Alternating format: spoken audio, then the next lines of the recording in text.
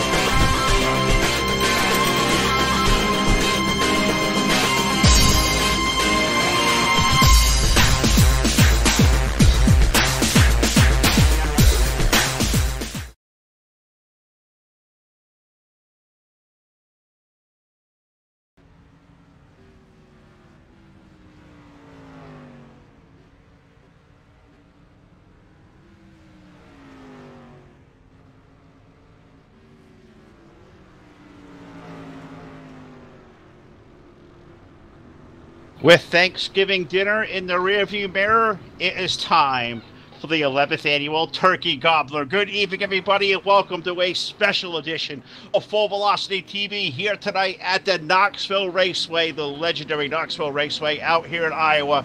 It is the 11th annual iRacing IFlag Turkey Gobbler 100 tonight live here in Knoxville. Full Velocity TV is here live for server qualifying number 2, and we will have the full 100-lap main event live flag to flag here in just a little while. So I want to welcome you all to the show tonight, live on Full Velocity TV, Facebook Live, YouTube, and Twitch TV. Good evening, everybody. Phil Lacasse here, the voice of Full Velocity TV. Alongside of me, my partner in crime, the Monster Jake Keel, the Marshal Todd Stanton, as always, on the controls here on Full Velocity TV. And guys, it is going to be a banner night. We are over here in qualifying server number 2. 120 drivers paid the entryway into the night's event. $2,500 plus on the line as far as cash and prize giveaways. Jake Keel, if there is a big race feel, we are here tonight. It is time for the Gobbler.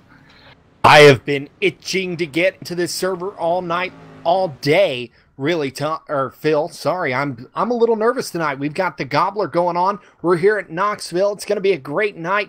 120 cars entered into this event tonight. 2 servers full of cars. It's going to be a awesome night as they're going into qualifying trim.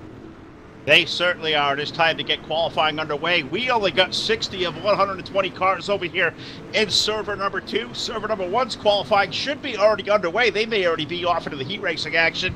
You can find them if you go to Facebook over to teamdlr.com. I want to thank those guys for doing that work live to be here in server number 2. We have the full 100 laps coming up here live on Full Velocity TV, but I bring my partner in crime, the legendary Mr. Tool Tall Todd Stanton, into the equation. And Todd, what a big night we have on hand. A lot of people we got to thank responsible for getting us here tonight, here to the Knoxville Raceway. Of course, got to thank the guys over at iRacing, IFlag, especially Mr. Jeff Brown, who put this all together for us here tonight. Rocky Battenfield getting us over here, putting this whole event together. What a big race atmosphere we have going on. Definitely a big race atmosphere here tonight. iRacing, IFlag, cannot thank those guys enough. They did a fantastic job coming out here and sponsoring the Gobbler here, the 11th annual Gobbler. And I've been in talks with Jeff Brown all week, the last couple of weeks even, and he's a fantastic guy, I tell you what. And those machines that he makes up, those iRacing, IFlags are fantastic. I'm going to have to get one myself, Phil. It's one of those things that you just got to add to your sim set. And those iRacing IFlags, even the pit box. The pit box is fantastic. I might have to get both of those. I have to talk to Jeff here rather soon because I want to add it to my nice new simulation computer here. Absolutely right. I see Jeff down there sitting in the waiting room, so we'll certainly bring him into the conversation here in a little bit. But Jake, we have qualifying out there. Said we have this half the grid here, 60 cars over in server number 2. Both of these servers are absolutely loaded. How are qualifying times sprinkling in? Well, so far, Randall Carter is the fastest in qualifying. Qualifying times are ducking off of the practice times by about 0.4 of a second. So, you know, cars are getting a little bit slower. The track's starting to come in a little bit towards heat race trim. But right now, Randall Carter sitting on top of the field right now with a 23.636. Ryan Flatten in second with a 23 23.659. Before that, the fastest was E.J. Jones in the 23.67 bracket, but he's falling now. I was going to say that a little bit earlier, but now Alex Bergeron just moved his way into the top 5 with a 4th best qualifying. So cars are getting fast out there, Phil. We're going to try to keep an eye out on these fast guys all night long, but it's going to be a great night of racing as Knoxville Raceway, this surface looks beautiful out there. It is in great shape. These street stocks are going to be in for a terrific treat. You know, we always think that, you know, you got to think, you know, Knoxville always known for legendary sprint car racing, but we're out here in the street stocks tonight. Of course, got to thank our presenting sponsors for the iRacing IFlag Turkey Gobbler 100. That, of course, the folks at iRacing IFlag, the official sponsor of the Gobbler. Got to thank Jeff Brown for that. Also got to thank the guys over at Race on Texas, Capron Screen Printing and Design. Also got to thank Evil One Graphics. They're not only good, they're evil. Also, Ike Stack Motorsports presenting sponsor here tonight, as well as Full Velocity Sim Racing Television, the best in online sim racing TV. True Speed Motorsports, thank them as well. And also iRacing Dirt Painters. So a lot of great people have all got over here tonight for a terrific cause. We will talk more about that here as this night goes on. But we are about to get into heat racing action. The first is what is going to be 5 heat races here. We're going to whittle this down all the way into what we're going to call server main event time before we whittle down the top 12 that are going to advance out of this server into the main event, the Turkey Gobbler 100, coming up here live in a little while. But we're through qualifying, Jake, so it's about time to get these guys locked and loaded for what is going to be 5 outstanding heat race events. Yes, and as the cars are making their way out on the field, this is how they're going to show you on the track. The number 37 of Randall Carter sitting on the pole with the number 19 of Garrett Nieberger in the 2nd position. In the number 47, that'll be Lucas Chowning starting 3rd with the 4th position going to the 00 of Timothy Smith. In the 319, in the 5th starting position, that'll be David Brewer with the number 29 of Ronnie Brown. In the 007, that'll be James Paris with the number 12 of Eric Eichstead. In the number 32, that'll be Alex Brewer with the number 79 of Justin Gledhill. In the 072, that'll be Nicholas Yasku with the number 17. Rounding out your field, that'll be Willie Brown. That is a stacked field right there, and that's just for heat race number 1. We are going to have a lot of that on our hands out there tonight. Great qualifying run. Tonight's fastest qualifier, the number 37 of Randall Carter. A great lap, 23.636, putting him on top. Garrett Nieberger, Lucas Chowning, they bring the field to green. We are racing here. Gobbler heat race number 1 in server 2. And Randall Carter going to jump out to the early lead. Phil with the number 19 of Nieberger going to the high side with him. Lucas Chowning going down there to the inside. He's trying to make a move in the 47 black and yellow car, but Nieberger holding strong on the outside as they exit turn number 4. Give lap number 1 to Randall Carter as they head down into turn 1. Carter going to take the lead by 2 car lengths in turn number 1. Nieberger going to take over that 2nd spot. The race is for 3rd. Look at that battle for 3rd. Lucas Chowning slid up high. Here comes Timothy Smith in car number 00. That is the final transfer spot. 4 drivers going to come out of heat race number 1. Those 4 guys are there right now. David Brewer, Ronnie Brown, they're on the outside looking in as they exit turn 4. Lucas Chowning sitting in that final transfer right now in the number 47, the 00 of Timothy Smith, trying to get down there into the inside. Nieberger getting moved out of the top spot. He will move all the way back to 4th from 2nd. Here comes the number 00, Timothy Smith on the inside slide job up in front of the number 47 of Chowning. Chowning going to try to challenge back on the outside. Your race right now is for 2nd. Chowning trying to keep his transfer position as now Nieberger goes down to the bottom. They're going to go 3 wide almost for the 2nd spot. They are right there battling for that 2nd spot. It is 3 they're going to transfer out of this into to the server A main here this evening. And right now that race up front really good between Randall Carter's number 37, the 00, Timothy Smith, Lucas Chowning is there, Nieberger, that number 19, Eric Eichstadt, the number 12. That's your current top 5, but that transfer position there, Jake, that is where all the drama is. We're halfway in, we're 5 down. It's only 8 that make up heat race number 1. That is a good battle. 3 cars for that 3rd spot there in turn number 3. Yes, and your leader, that Your leader in the number 37, that'll be Randall Carter. He is loving this behind him as the 00 trying to fend off two hard chargers. Eric Eichstead finding himself two spots, out of the transfer position in that 5th position. Nieberger going to look back down to the bottom of Chowning. Chowning going to slide up and keep that 3rd spot momentarily. Nieberger going to go all the way down to the bottom there on the berm and try to make some ground up in that number 19 car, Phil. But Chowning looking real good there in that 3rd position. He's holding on strong, but Nieberger trying everything he's got down on the inside. Well, these race cars, as you can see, are really heavy, and Lucas Chowning making all that extra racetrack work on the top shelf, able to hold off Garrett Nieberger. But right now, off of turn number 4, we are coming to the white flag. One more trip around here in heat race number 1. Over in server number 2, can Randall Carter hold on for one more lap around the famous half mile? Right now, Timothy Smith right there locked in that 2nd spot. The battle is for 3rd between Lucas Chowning and the 47. Garrett Nieberger's number 19. Right now, advantage 47 car. It is 3 car lengths into turn 3.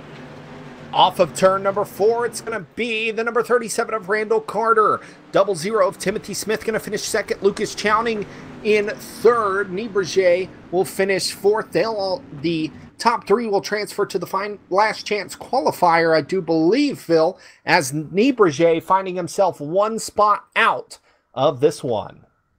Absolutely right. And Garrett will move on into what I believe is going to be the B main. We have so much racing left to go here tonight. That is just heat race number 1 here in server number 2. And this is the way, Jake, they are going to come to post for heat 2. Yes, and heat race number 2 going to look like this. Starting on the pole in the number 15, that'll be Ryan Flatten with the number 16 of Austin Carr to his outside.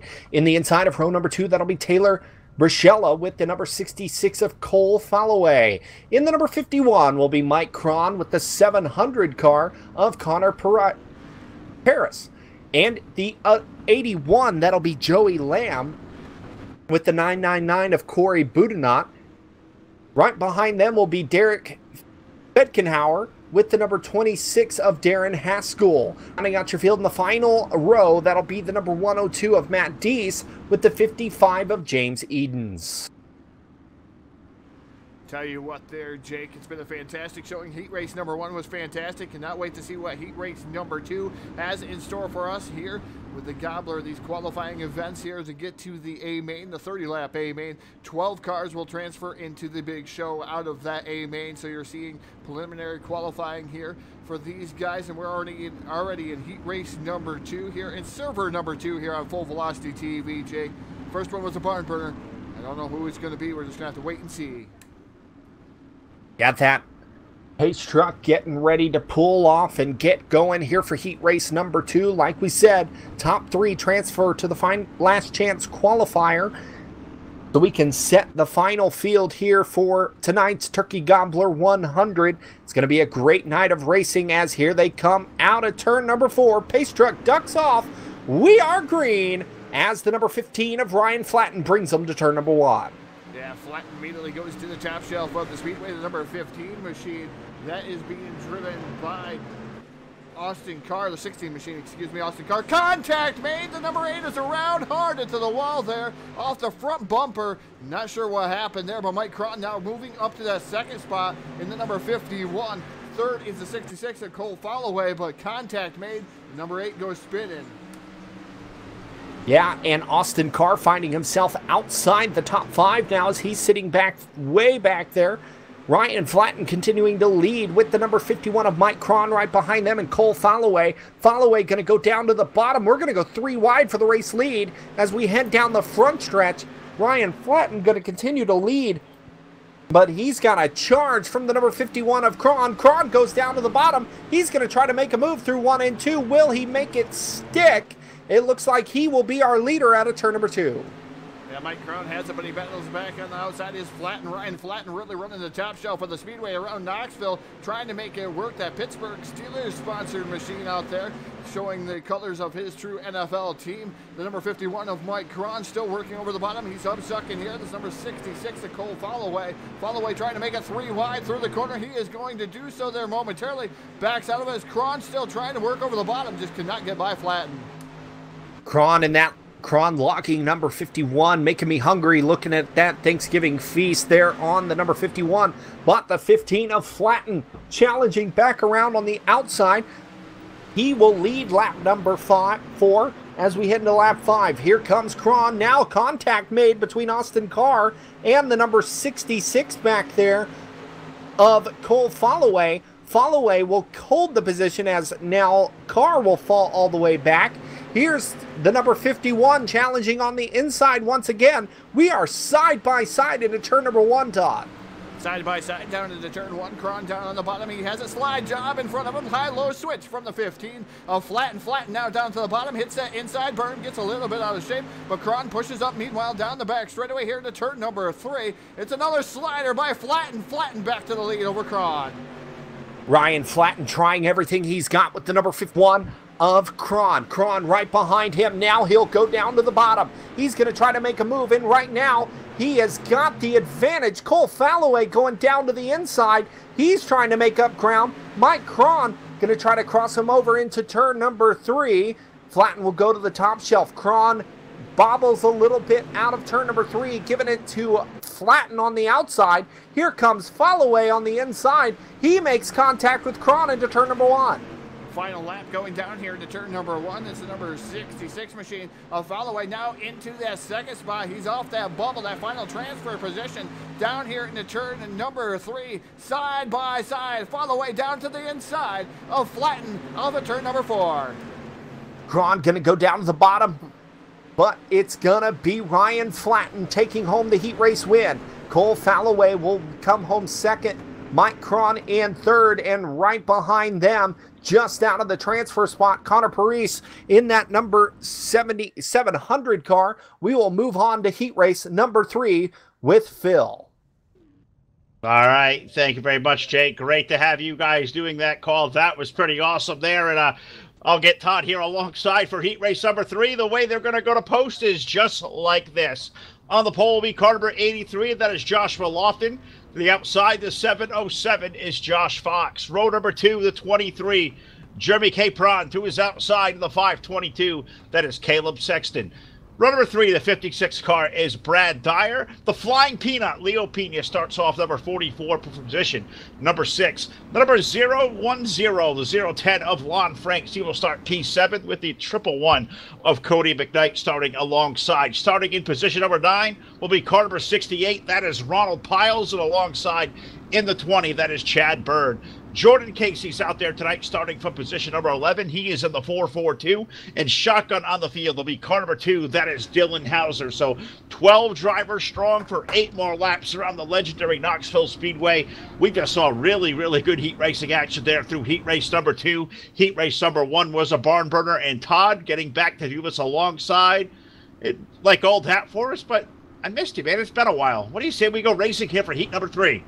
Yeah, heat race number 2 was fantastic. Great to be alongside of Jake Keel. Great to be alongside of Phil. One of the top 2 guys, I believe, in sim race broadcasting. Now I get to be along them and push all the buttons and also announce with you guys the Gobbler 100. These guys entering the back straightaway. IRacing.com. Page truck has the lights extinguished atop that. What's that mean? We're going to go racing out of turn number 4. It's going to be Lawton and Fox to take them down to get this green flag for heat race number 3. Just waiting on that pace truck to get down there, and sometimes it seems like a long wait as he takes that hard left-hand turn. Green flag is in the air. Josh Lawton out to the early advantage. A pretty good jump for that number 83 machine. Sure was. That allowed Jeremy Capron, the number 23. He stuck right in the second spot right away, dropping the 707 of Josh Fox into that coveted transfer spot, sitting in P3. Right behind them, we got 2 cars there tangoing for 4th on back. Great race going on there between Caleb Sexton's 522. Brad Dyer's 56 is there. Top 5, they're racing off turn 4. Yeah, down here in the turn number 1 already as the lap clicks down. 1 lap complete. Still Lawton leaving leading them here with Gabriel running in that second spot. Meanwhile, a good battle going on between Fox, Sexton, and Pena. Pena right now trying to work inside here, trying to get to the top three. You don't want to be on that bubble. You kind of want to get up as close to the front as you can there, Phil. You want to be in the top three because it's going to be even harder as these mains click off. But this heat race action has been furious so far. Nice battle going on for that fourth spot. Pena down to the bottom side. He gets around Sexton in that 5-2-2. Yep, well, look at Caleb fight back on the outside of that yellow and red car there down the back straightaway. Pena's 44 down low. That is good racing going on for that fourth spot, but that is one spot short of where the transfer spot currently needs to be, which is currently occupied by the 707 of Josh Fox. It's Joshua Lawton. He was our pole sitter, the number 83. He maintains that lead. He's got Jeremy Capron right there in that second spot. That battle for fourth keeps raging on, but it's Lawton, Capron, and Fox. They're your top three as they head toward turn 3. Capron looks like he wants to take down the victory here in heat race number 3, getting halfway home. 4 in, 4 to go here at Knoxville Raceway. Capron all over the rear bumper. Lawton there in that number 83 machine. Meanwhile, battle starting to heat up again here for that fourth spot as Pena trying to get up to the third spot, being held down by the 707 of Josh Fox down the back straightaway. But these guys fighting tooth and nail for fourth. They can't let it go too long because that 707 is going to go away here and try to run away with that third spot. Right now, the 68 of Ron Piles now into the fray. He's up to 5th. Ron Piles having a heck of a run out there. Really good-looking race car for the 68 of Piles. Got the full velocity represented on that car as well tonight. Great to see that. But up front, there's a battle there brewing, maybe up for the race lead there, Todd. Is Lawton, he's got the lead, but here comes the 23, Jeremy Capron. He's going to look there. He's running the tire tracks. Do we see a race for the race winner? Do those two guys just kind of settle there, knowing they are in transfer spots? They get 2 more circuits around. Right now, Lawton, he leads Capron. It's Josh Fox running third there. He's got a couple car lengths over that battle for fourth between Leo Pena and Ron Piles. As Pop Signal 6 were up in the air last time by. We're out of turn number 4 already. Is Lawton and Capron. And then number 23 machine, the 707 of Josh Fox running in third. Fourth now is Ron Piles. Piles making a huge effort to try to make it in and transfer here through heat race number 3. White flag in the air, down into turn number 1 and off of turn number 2. Down the back straightaway. Piles trying to get to the 707 of Fox. I just don't believe he's going to have enough time. Down into turn number 3 is Lawton, Capron, and Fox. Those are your top 3.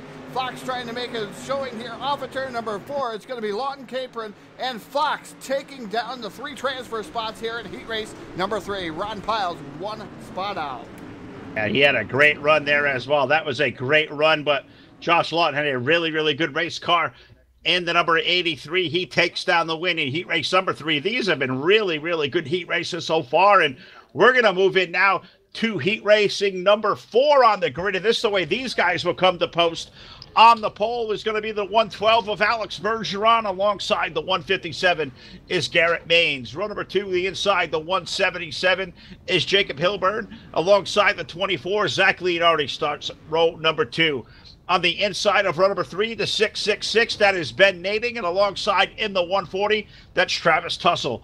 The 771 will start off next. That is Brian Niels, and parked next door to him in the 25 is Jarrett Murphy. Row number 5, we find the 714 of Marcy Estenson, and alongside in the 85, that is Scott Bargloff. Shotgun on the field here. Row number 6, the number 99 of Eddie Underwood, and the number 49 of Cole Cabri. Going to have to come from deep in the field here. That is your 12 cars here. Jake Keel, 8 more laps around. These heat races have been spectacular. I think it's only a preview of what is to come here. We are in for what is going to be an absolutely banner night for us. Yes, they have been spot on all night long. Each race has been better than before, and we're going to try to see if they can bring them right to the line tonight. Alex Bergeron and Garrett Maines going to make up that front row. As good a race as any here tonight with Ben Nading, Zach Leonardi, Jacob Hilburn. I mean, great racers here. Cole Cabri going to have to come all the way from the back. We're going to see if that number 49 has what it takes tonight to run the alphabet, possibly, because, I mean, you're back there at the back. It's going to be tough pickings for a guy like Cole Cabri. Absolutely right. You got championship race car drivers like Zach Leonardi starting on the outside of the second row. I can't wait to see what he can do. You got, heavy hitters up front. Alex Bergeron, Garrett Maines on your front row. Only 3 of these guys can transfer out of heat race number 4. Who is it going to be? Off of turn number 4, the iRacing.com pace truck. Going to pull its way onto pit road, hand the field over to Bergeron on the 112. Green flag up in the air. Alex Bergeron first up to the gearbox into turn number 1. Takes a 2-car length advantage over Garrett Maines right away to the inside. Here comes the 077 down 177. Jacob Hilburn down low. He's looking for that second spot as they hit turn 3. Hilbert going way down to the berm on the inside. He's got the number 24 of Zach Leonardi right behind him. They're going to try to make a move on that number 157 of Garrett Maines for that second spot as they are stacking up behind them. We stay green as the number 112 of Alex Bergeron, your race leader. The 177 of Jacob Hilburn going to second momentarily. Garrett Maines on the outside. Great race there for the second and third spot. It really is. Second and third really good. The battle for fourth is really good as Zach Leonardi bumped up the outside wall off of turn number 2. That opened the door for Travis Trussell, the 140, to make his way up to position number 4. Meanwhile, up front, it's still Alex Bergeron over Garrett Maines. Good race going on there between Maines and the 177 of Hilburn. They are still side by side, racing for the runner-up position there as they hit turn 3. They stay side by side. Zach Leonardi trying to get up there with those guys, but Travis Trussell going down there on the inside in the number 140. That's your battle for fourth. They are trying to get up in that top 3, Phil, but as we know, the top 3 transfer, and Alex Bergeron starting to run away from these back 2 guys as Garrett Maines and Jacob Hilburn just kind of challenging their way to track position for that final transfer. They really are, and I keep peeking at that 24 of Leonardi. He keeps making a run up to the back of those guys running for third. Now he's up to the back end of Hilburn's car. Leonardi trying to go way up high, keeps kissing the outside wall. Now here he comes down to the low side. It is a drag race on the transfer spot down the back straightaway. Drag race, like you said, at the down the back stretch. We got Leonardi to that third spot. He gets around Hilburn. Hilburn going to try to challenge back around on the outside, but Leonardi able to clear him at the line. Now Hilburn will go down to the bottom. Hilburn going to try to slide up next to that number 24 as Leonardi slips up through 1 and 2. Leonardi trying to catch up with that number 157 of Garrett Maines, but Jacob Hilburn not going away as he goes to the high side. He's going to try to run him down the front stretch. We come to lap number 7 with 2 to go. 2 more trips around. I am really stunned by the way these cars that make their time in the outside lane maybe kiss off the wall, lose that momentum, and then stop right back at that gas pedal. They really get a good launch off the exit of these big long corners here at the Knoxville Raceway. Off of turn number 4, white flag going to go up on the field for the number 112 of Alex Bergeron. The battle right now is for that second and third spot. Garrett Maines is there. Zach Leonardi to the inside. Jacob Hilburn, that 177, currently running fourth, a little bit distant there to the top 2 side by side. He may have one more shot left to make. That is good racing there for that run-up spot, Jake, for the final time as they hit turn 3.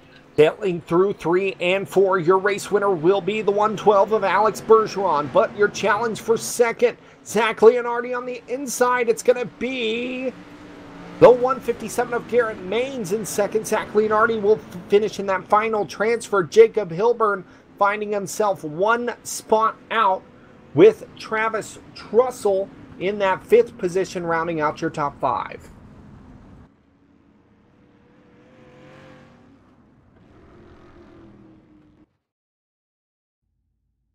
That'll move us on to heat race number 3, where it's going to look like this. In the number 84, that'll be E.J. Jones with the 01. Right to his outside of Tyler Hudson. In the number 74, that'll be Blake Brown with the number 333 of Torrin Schurz. In the number 72, that'll be David Day with the number 21 of Jim Revis. In the 018, that'll be Adam Lichty with the number 150 of Scott McBride. In the number 39 will be Eric Moore with the number 967 of Kevin Forcier.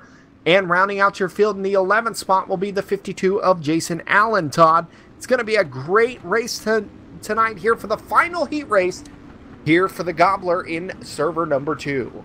Yeah, final heat race number 5 of the evening. It's E.J. Jones. We see him every week here on DWR and every Wednesday night street fight. So E.J. Jones accustomed to the street stocks, also the 333. Normally torn shirts there. Another guy that we see every week here on Full Velocity TV, Jim Revis also. There's a lot of guys that we are familiar with on Full Velocity TV, but there's also a lot of guys that we are not familiar with. But we know Tyler Hudson. He's known in the iRacing community quite a bit there. That 01 machine. It's EJ Jones, Tyler Hudson here, waiting for that iRacing.com pace truck to take that left-hand turn down to pit road. But right now we're on the back straightaway. Heat race number 5 is going to be action-packed, just like the rest of the 4 heats that we've had here previous there, Jake. I cannot wait. Yeah, Torn Shirts picking up the big win last night here on Full Velocity TV. He's starting in the 4th position. He's got the number 74 of Blake Brown on the inside as the loud pedal is on. We are racing into turn number 1 with the number 84 of EJ Jones jumping out to the early lead. He has the number 74 of Blake Brown down on the inside with the 01 of Tyler Hudson deciding to go to the top shelf. They are going to have to contend with Torn Shirts, as Torn Shirts is sitting in that 4th spot, 1 spot out of the transfer. Yeah, can't count out David Day there in the Full Velocity car. He's running in that 4th spot right now, battling for that 4th spot in the number 72 machine. But right now it's EJ Jones, the 01 machine of Tyler Hudson, the 74 Blake Brown running in 3rd spot here. Torn Shirts way up the speedway there in the middle groove. Here comes Jim Revis in that number 21 machine. He's running 6th. The smooth criminal of the number 333 of Torn Shirts. He's going to the high side. He's trying to hold off David Day. They make contact just a little bit. Here comes Jim Revis. He's battling for that 5th position. But right there in front of him, the battle for the transfer spot. You've got the number 74 of Blake Brown with the 01 of Tyler Hudson. Hudson going to be in that 2nd spot right behind EJ Jones in the 84. They're all battling it out for these final transfers as Jim Revis trying to make his way into the mix with Torn Shirts. Definitely good battling going on throughout the field here. Just watching here from the camera. Jim Revis now, good battle, like you said, with Torn Shirts in that 333 machine, trying to take over that 4th spot. The guys up front right now, those guys are in the transfer positions. That's EJ Jones, Tyler Hudson, and Blake Brown. Those guys are pretty much spread apart, but look at Shirts. He's all the way up on the top shelf of the speedway. He's trying to make something happen. He's trying to find that little bit of moisture up there in that 333 machine, trying to find something that these guys may not know. David Day right now racing hot and heavy there with that number 72 machine, trying to get up through there. Shirts and Revis make contact before they go down the back straightaway. Lots of great names here in heat race number 5, finding themselves out of the top 3. Right now, they are separated a little bit with that number 74, Blake Brown, about half a second in front of Torn Shirts. Shirts trying to contend with the 112, or the 21, excuse me, of Jim Revis and the number 72 of David Day. Day making a move on Revis into turn number 3. He will go down to the bottom. Meanwhile, up front, it is all EJ Jones in that number 84. He's holding off the 01 of Tyler Hudson.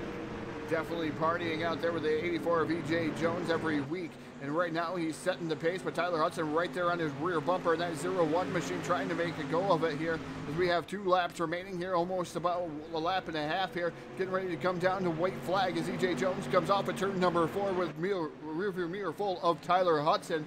3rd is still Blake Brown. He's distanced himself between himself and Torn Shirts for the final time. EJ Jones holding on to that race lead with Tyler Hudson and Blake Brown. They're out for a Sunday drive here at Knoxville Raceway. Tyler Hudson going to jump down to the bottom, but it's going to be all EJ Jones off turn number 4. Your heat race number 5 winner will be the 84 of EJ Jones with the number 01 of Tyler Hudson behind them. Blake Brown going to finish in that 3rd and final transfer. Torn Shirts finding himself 1 spot out of the last chance qualifier. Todd, this is looking up like a huge race to just try to get into the last chance qualifier tonight.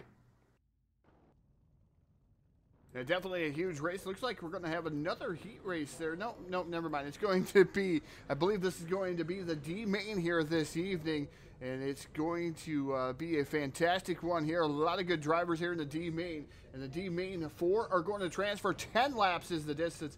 4 transfers to that C main. So Alphabet Soup is starting here in server number 2. Absolutely right. The Gobbler 100 is certainly underway here tonight over here in server number 2. Server number 1 really has some good racing action as well. But guys, keep it tuned in right here because we're going to have the entire iRacing, IFlag, Back the Blue, Turkey Gobbler 100 coming up here live in just a little bit. Live full flag-to-flag coverage here live on Full Velocity TV here. We're going to get ready now for the D-Main here in server qualifying group number 2. And on the pole for our D-Main is going to be car number 39. That is Eric Moore alongside the 072. Nicholas Yaxaw, he's on the outside of the front row. The 55 is James Edens. Jordan Casey's 442. That is your second row. Row number 3, the 25 is Jarrett Murphy. The 967 of Kevin Forcier, he starts from position number 6. The 319 of David Brewer will start next with the 26 car of Darren Haskell parked alongside Cody McKnight. He's in car 111 alongside the 85 of Scott Bogloff. Starting off on position number 11 will be car number 150. That is Scott McBride. Willie Brown, he starts off 12th here in car number 17. Taylor Briggsahella rolls off from car number 8 in position number 13 with the 20 car of Chad Bird, and shotgun on the field in the 666. That is Benjamin Nading. So 15 drivers out here in the D main, but only a coveted Ford, Jake, will transfer on to the C main, which will take another 4 cars out of that.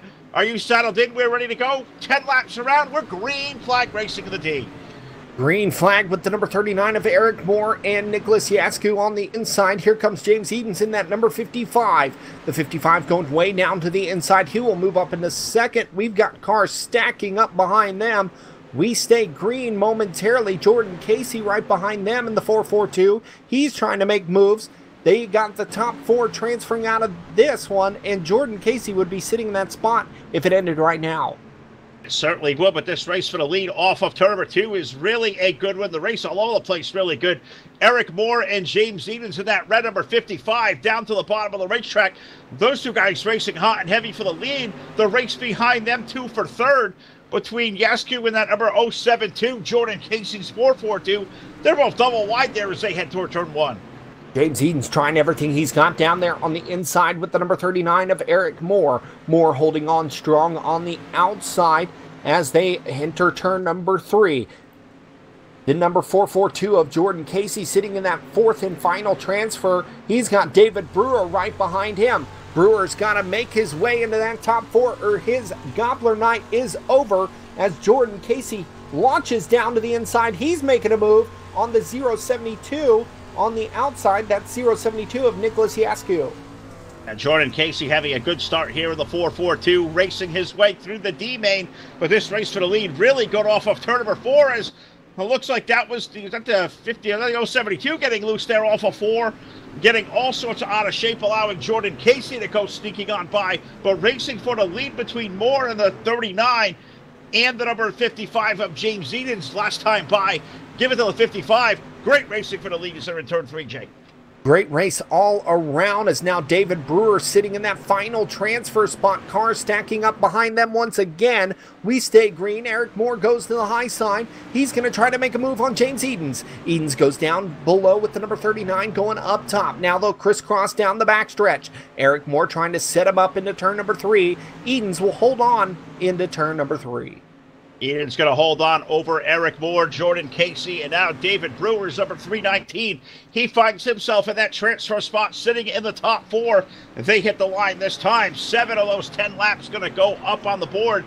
James Edens has found his way up front, trying to distance himself from the Eric Moore machine. Jordan Casey sitting comfortably in 3rd. David Brewer is 4th, and Scott Bagloff, the number 85, trying to chase him down. It's about 10 car lengths between the 85 and the 319. They race for that transfer spot off of turn 4.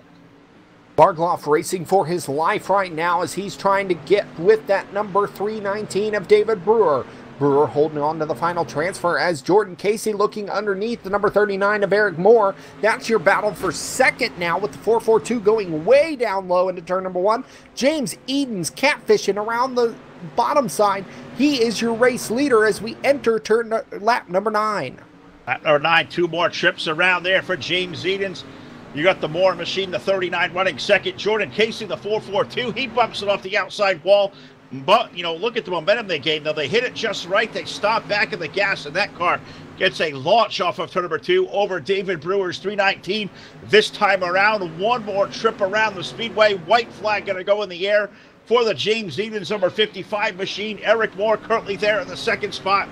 It is James Edens. He is driving it away from the field. Call that 8-car lengths, Jake, as they head down the back straightaway. James Edens holding on to a big lead there in that number 55 car. He's got the number 39 of Eric Moore behind him with the 442 of Jordan Casey. Here they come off of turn number 3 for give the race win to the number 55 of James Edens. Rounding out your top 4 with the number 39 of Eric Moore, the 442 of Jordan Casey, and the number 319 of David Brewer.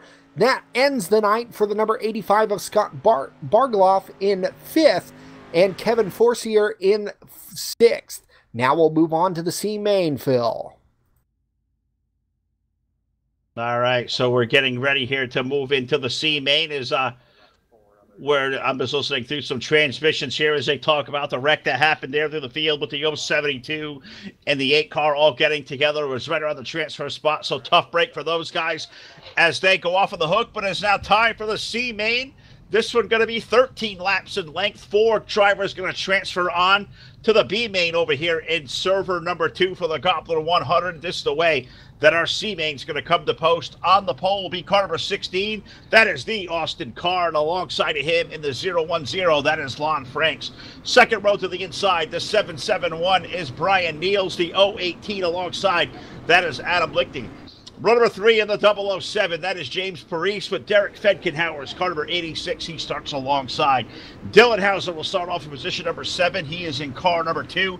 Eddie Underwood in the number 99. He starts off in position number 8.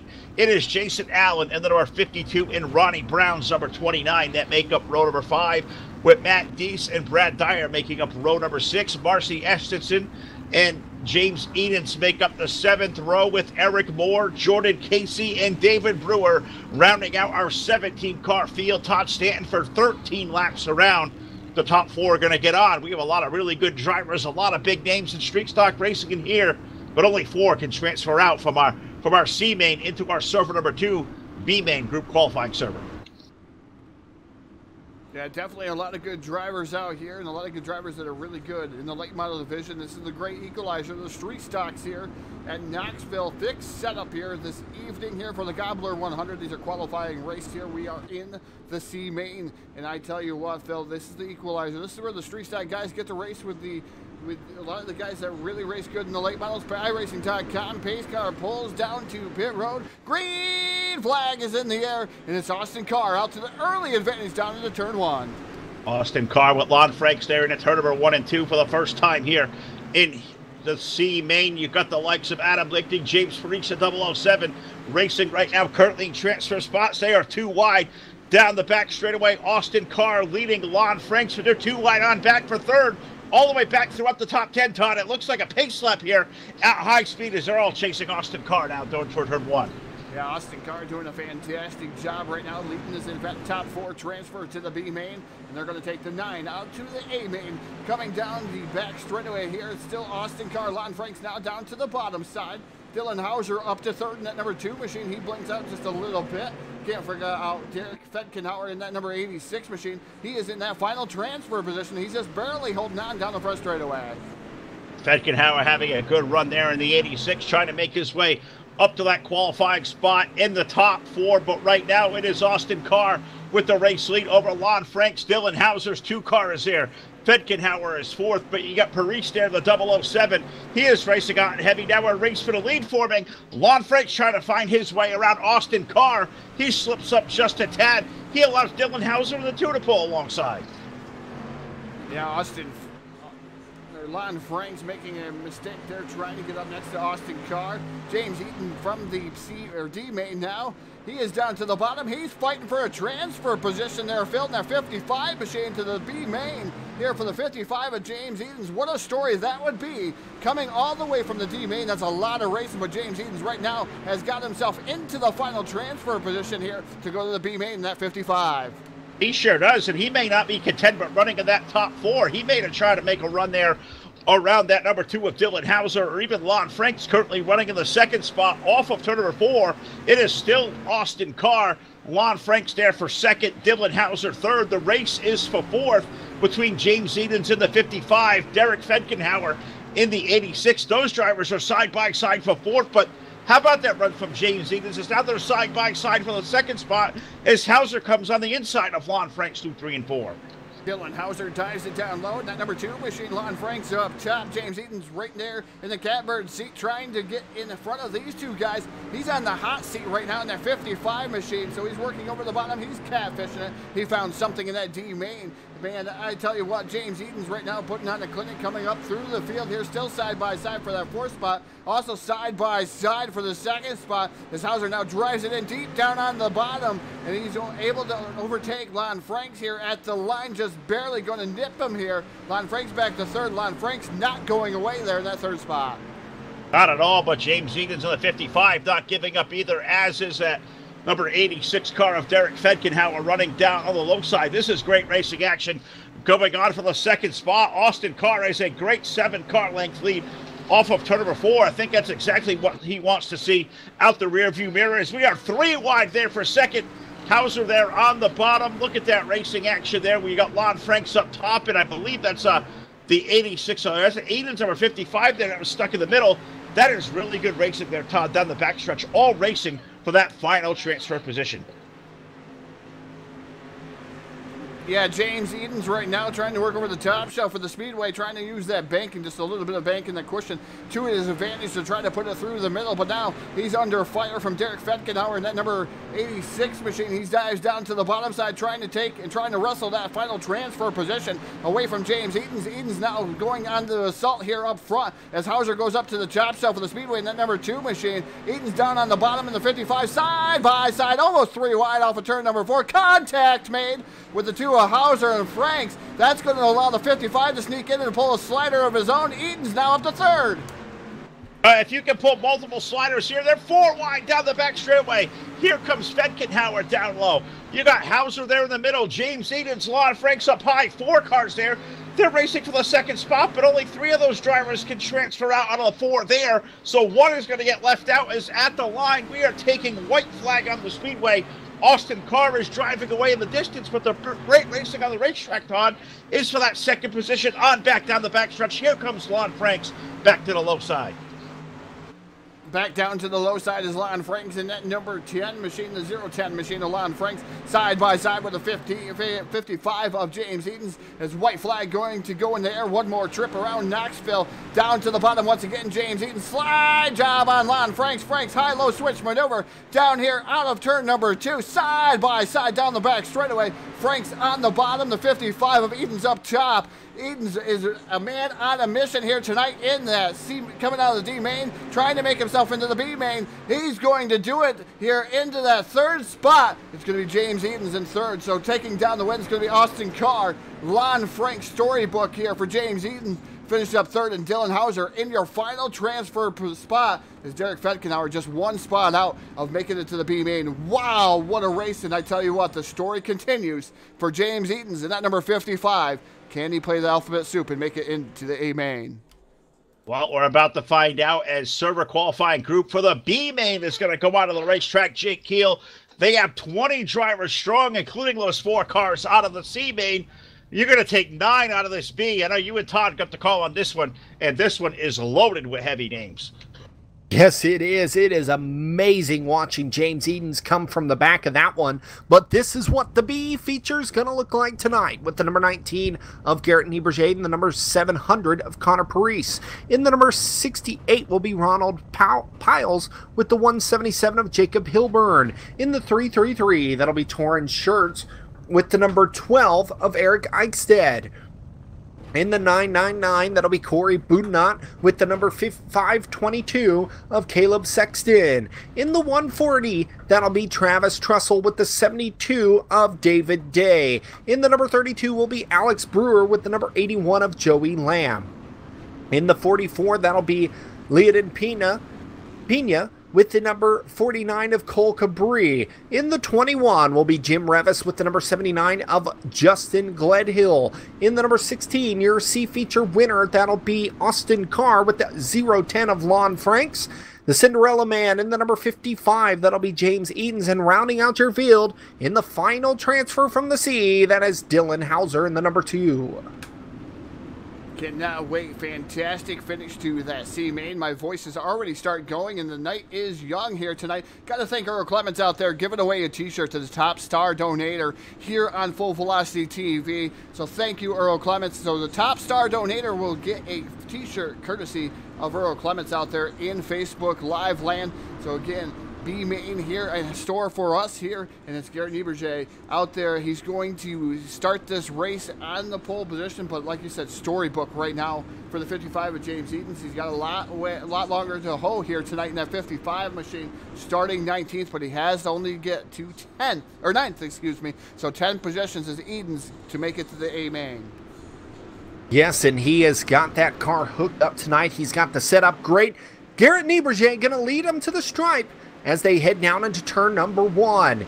In the number 700, that'll be Connor Parise going to the high side. Here comes the number 68 on the inside of Ronald Piles. Piles trying to make a move for that 3rd position. They're all trying to secure their spot into the A feature for this server as they go 3 wide for 2nd off turn number 4.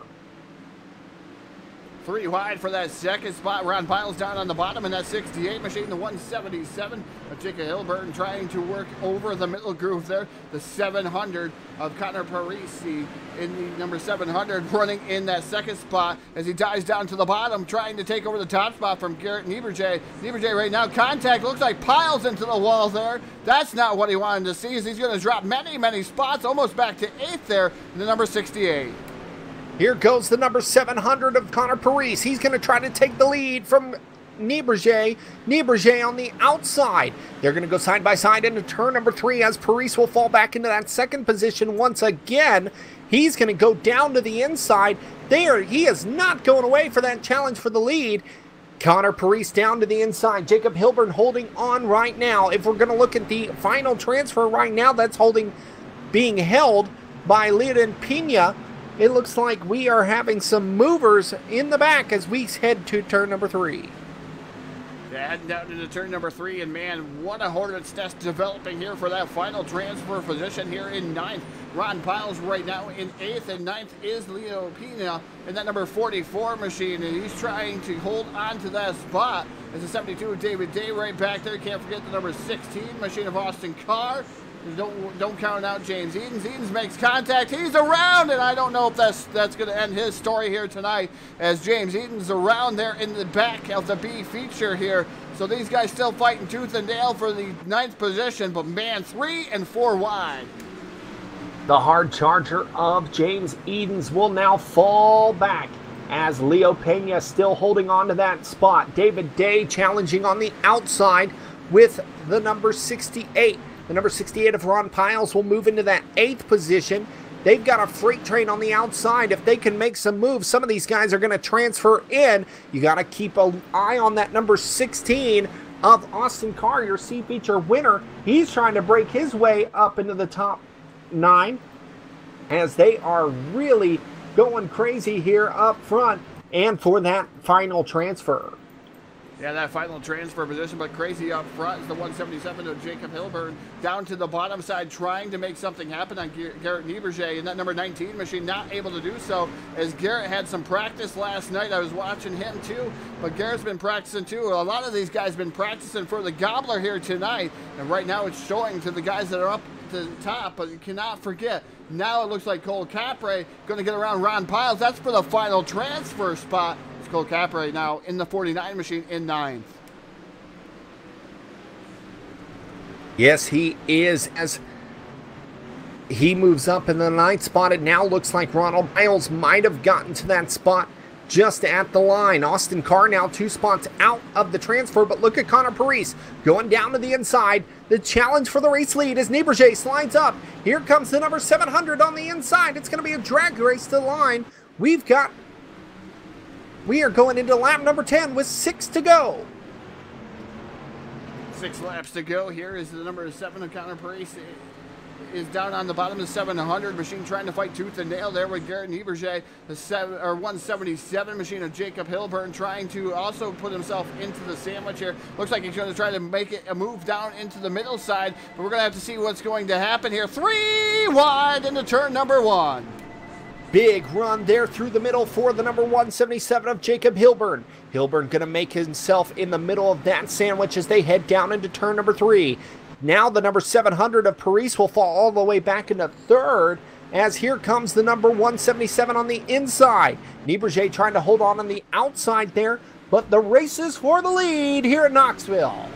Race for the lead is highly contested between the 177 of Jacob Hilburn down on the bottom side. He's that black car. The number 19 of Garrett Nieberger up top. He's trying to hold on to that lead, and these guys fighting for every spot here because that's where they're going to start in the A feature here, and they're only taking 12 to the main event here, the Gobbler 100. So these guys fighting tooth and nail for every spot. Contact made. Rubbins racing down into turn 1. Nieberger a handful of steering wheel. He's going to drop the top spot, and now he's back into the clutches of that 700. Here they come down into turn number 1. Hilburn to the race lead in that 177. Nieberger falling back to the second position. Looking back through the field, Austin Carr now finding himself into the final transfer, getting around Cole Cabri. Cabri now one spot out of the transfer. He's going to go down low as Austin Carr goes into the wall. Cole Cabri will now go down to the inside and take that spot. Austin Carr recovers, but he's going to lose that final transfer as they head through 3 and 4. Cole Cabri battling down on the inside as Austin Carr now goes back around on the outside. Yeah, Ron Piles in that final transfer position there in the 9th spot. As Piles holding on to Austin Carr back to sliding here in front of Piles, side by side, 3 wide for the final transfer spot, and somebody jumping the cushion down on the bottom, the apron, and man, he had some air time in that machine. I believe that was the number 32 machine. But right now, Leo Pena holding on to that final transfer position. Man, what a race all the way around Knoxville. What a race we have as we are on the final lap of the B feature. We're going to see who's going to take home this one. Right now, your leader is the number 700 of Connor Paris. Paris getting around the 177 of Hilburn. Here they come off turn number 3. Coming to the checkered flag for the B feature. Connor Paris going to take home the win. Jacob Hilburn will finish second with Nieberger in third. Caleb Sexton, Eric Eichstead, Corey Boudinot, Torin Schertz, Austin Carr, and Leo Pena taking home the final transfer. The rest will have to go home and watch the rest of this one from the couch. That was absolutely outstanding, you guys. Fantastic job there. Those guys, those 9 drivers out of the B are going to transfer on into our 30-lap final chance qualifier here. The final trip for these guys to get out of Server 2 qualifying and to advance themselves into the Turkey Gobbler 100 here tonight, where only 12 of these drivers can qualify into our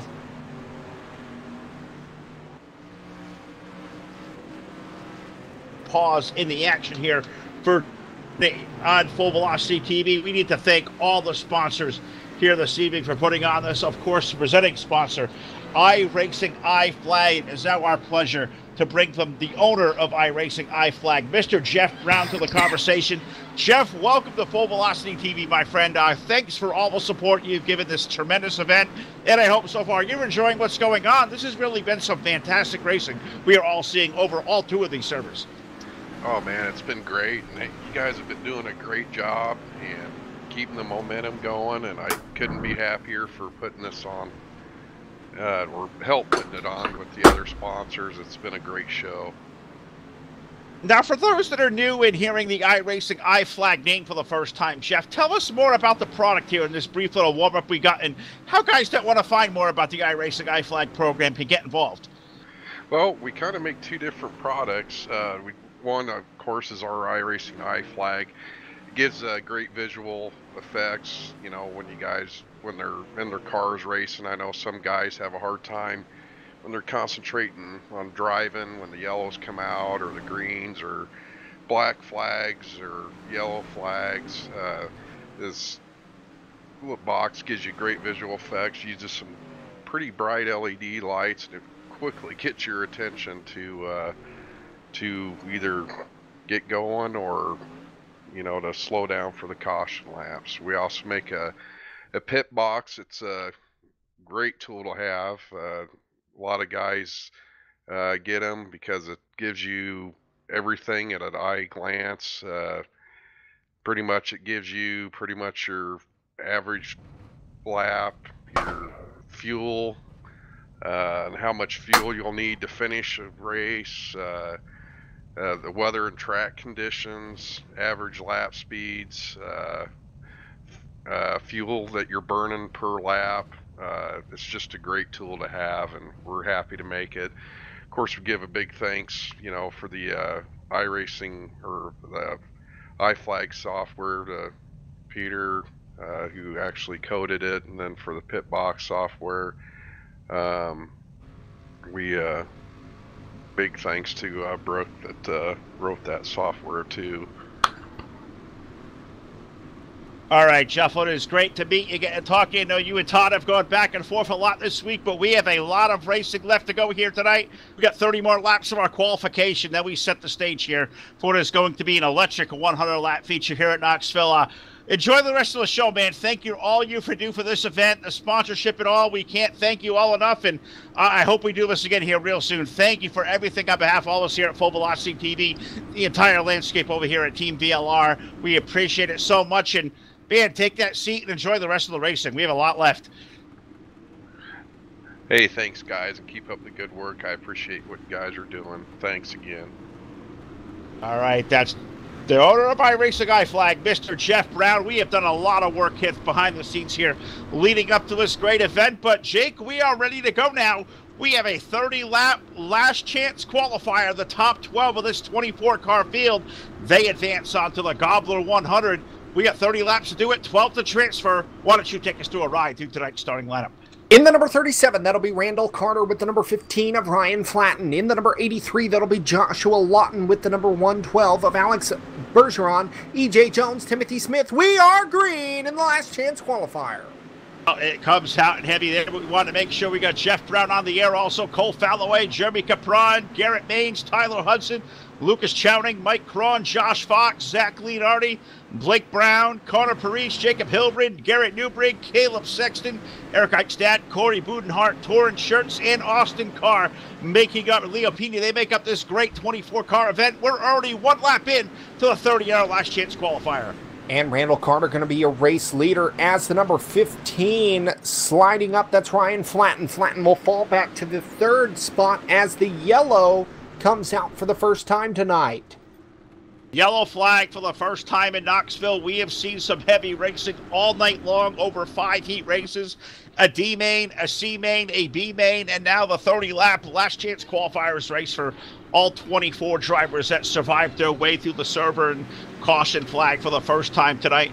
Flying here, it looks like it was the 51 of Mike Cron that may have been involved here, bringing the yellow flag out for the first time. Todd, I'm not sure if you're down there ready to go with the Full Velocity TV replay. No, we have a lot going on. You've got a lot to show off here tonight. What'd you see down there with the Mike Cron machine?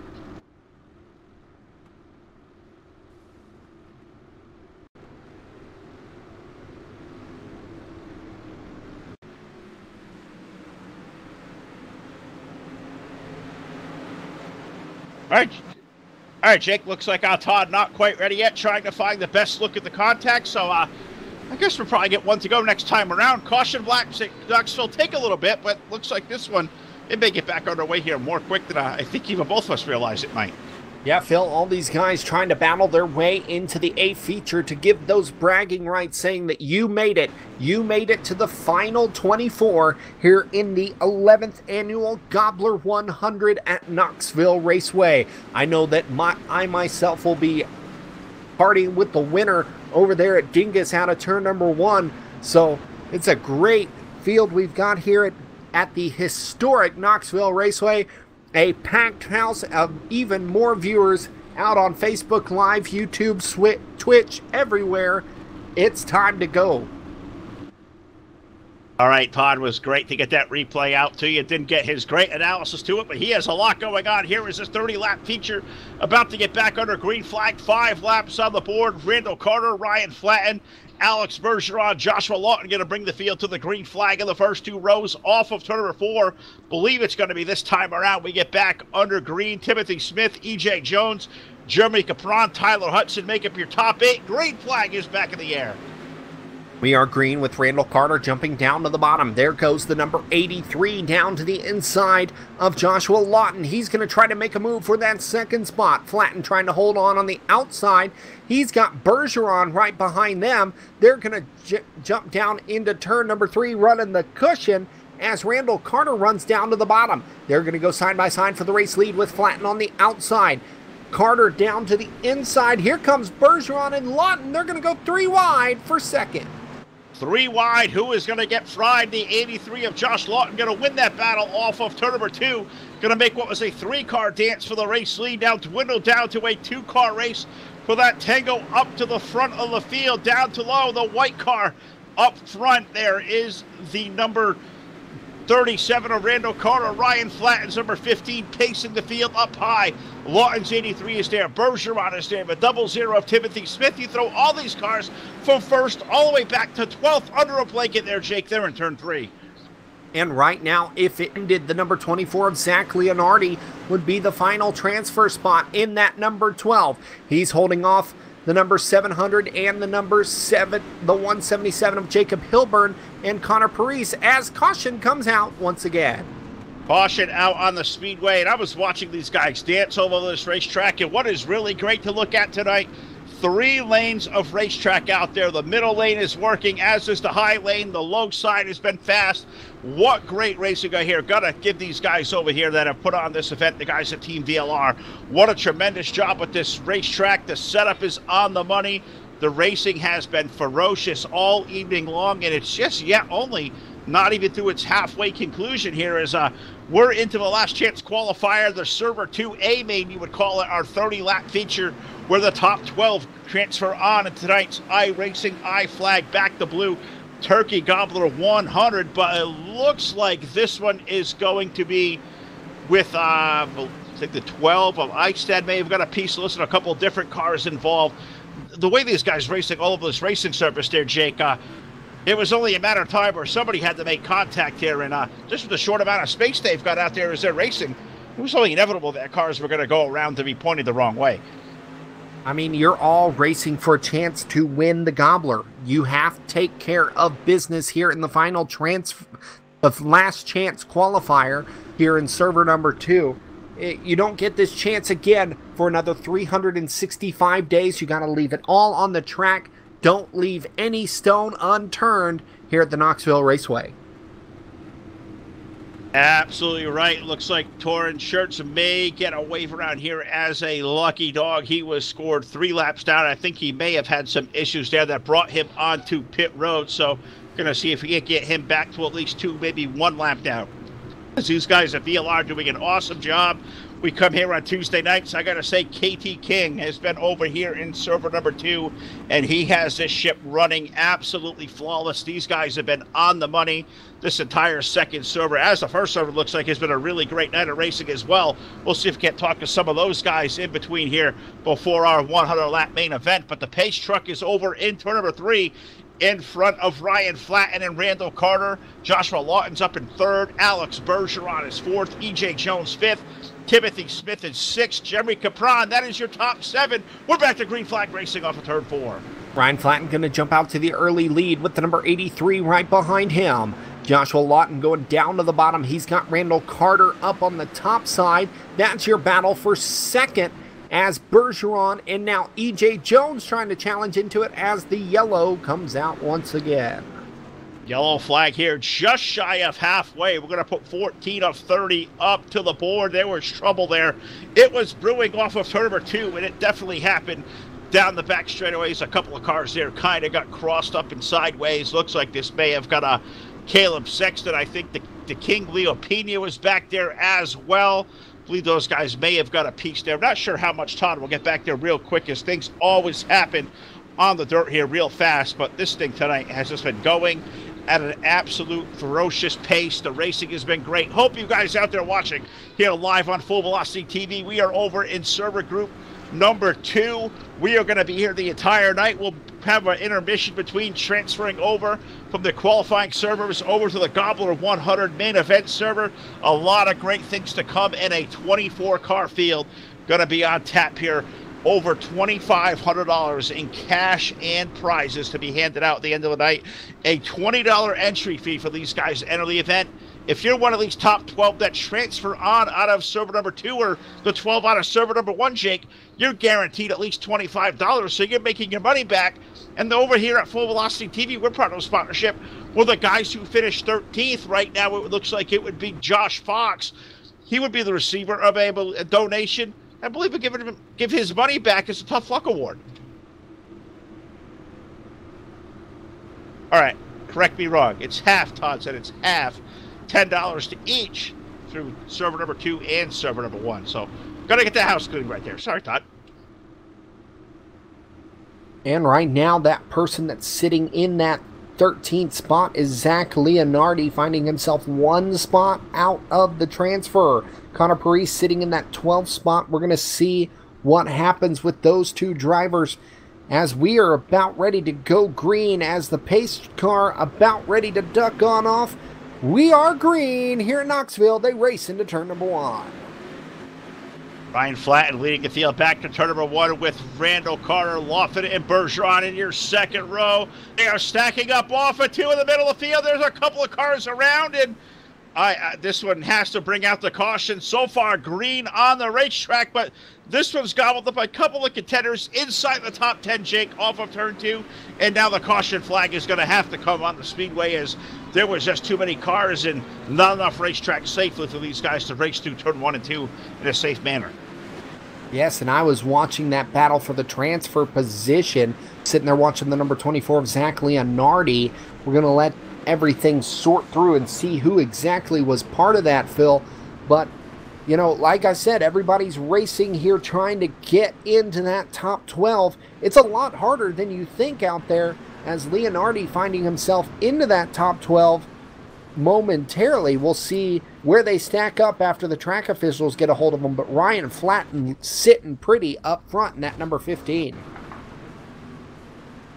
So far, so good, as we've been slowed by 3 caution flags now in this 30-lap event. The final chance for these guys to transfer on into that 100-lap Turkey Gobbler 100 coming up next here live, only on Full Velocity TV, as looks like Garrett Niebrugge's had to come around here and get a wave around to get himself back to the lead lap. So Race Control doing a great job communicating to these guys out there. You see that top 5 relatively unchanged. EJ Jones now up to 3rd. Randall Carter, Alex Bergeron running 4th and 5th. Jeremy Capron, Connor Paris, Lucas Chowning, Garrett Mange, Josh Fox, Leo Pena rounding out your top 10, with Zach Leonardi and Eric Eichstadt currently making up your top 12 unofficially on the racetrack. So those are the guys locked in right now. You find names like Tyler Hudson, Mike Cron, Cole Fallaway, Corey Budnot, Austin Carr. Those are drivers outside those top 12 positions.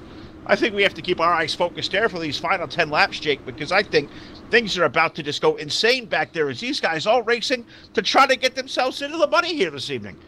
Yes, as the caution lights go out on our pace truck here, cars up to speed, green flag flies. We're racing into turn number 1. Joshua Lawton going to go down to the bottom, trying to get around Ryan Flatten on the outside. We're going to go side by side for the race lead. In the words of Tony Barkhoven, your race is for the lead down the backstretch. Oh, I love it. Love it, love it. Into turn number 3, look at Ryan Flatten running the outside. Lofton going to try to come down low. Find that power maneuver down there off of turn number 4. Give the lead now, going to be maintained by the 15 of Ryan Flatten, the 84 car of EJ Jones.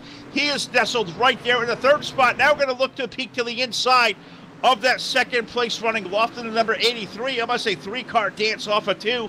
They're going to form back into single file down the backstretch. Still Ryan Flatten with your lead, but here comes the 83 again. Back to the low side, looking to take a peek off of 4. Looking back through the field, Zach Leonardi holding on to that final transfer right now. He's got the number 01 of Eric Eichstadt behind him, but he has made some room in between those two drivers. Your race up front still, Ryan Flatten is your race leader.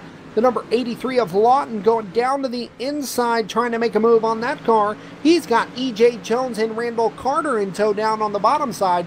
It seems like everybody liking the bottom side except for Flatten as he goes up to the high. Well, he's trying to make it happen. You keep seeing pounding the wall into turn number 1 and 2, and you think that's going to just destroy the run of the race car.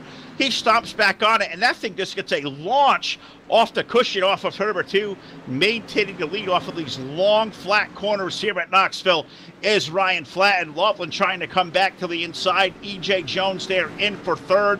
Fourth, we find the number 37, Orlando Carter, with Alex Bergeron. Fifth, Jeremy Capron, Carter Paris. Those guys having a terrific race back there for sixth spot on back as they exit turn 2.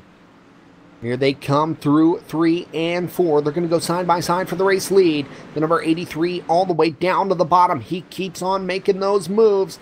He's trying to get up next to the number 15 of Flatten. Flatten goes to the high side. He bumps the wall. Here comes the 83. Everybody going up top except for the number 83 through 1 and 2. He'll jump back down to the bottom along with Randall Carter. Carter following in tow.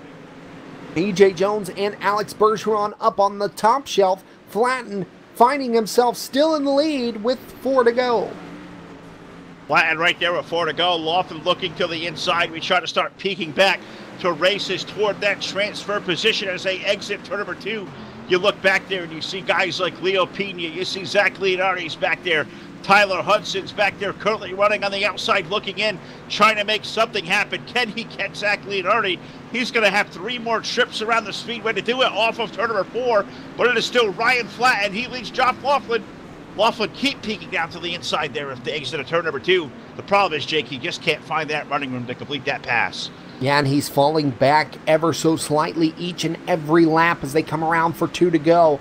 The number 84 right there within striking distance for that second position. We're going to look on back to the race for the transfer spot as Leonardi still holding on to 12th, but he's got a looker down on the inside. That's Tyler Hudson. One car going around in front of them. We stay green momentarily.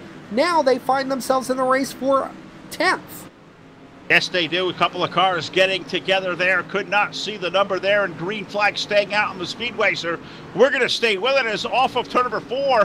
White flag going to go up in the air. One more trip around the half mile for Ryan Flatten's number 15. E.J. Jones able to make the run alongside the 83 of Joshua Laughlin into turn number 3. They're going to run for the transfer spot, or the runner-up spot off of turn number 4. Checkered flag going to go in the air. Give it to the 15 of Ryan Flatten in a terrific dominating race. Give E.J. Jones into second. Joshua Laughlin going to finish up third. Alex Bergeron fourth. Randall Carter fifth. Jeremy Capron 6th. Lucas Chowning in for 7th. Carter Paris 8th. Garrett Maines 9th. Leo Pena going to score up there in the top 10 with Zach Leonardi 11th and Tyler Hudson finishing up 12th.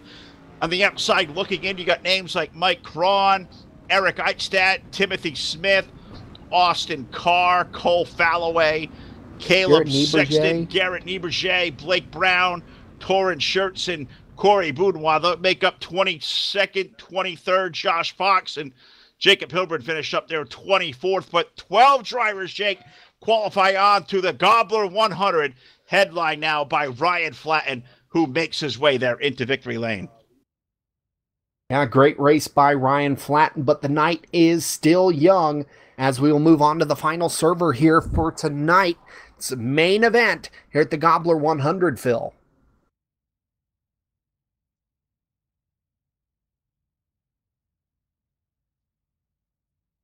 All right, we'll see if we can't grab one of these guys over here in server number 2, talk to maybe our winner here of this 30-lap main event here in the server. We'll see if we can't find who they're this large team speak tonight. The number 15 of Ryan Flatten, and I'm peeking. We have 150 people in here. There is a lot of names.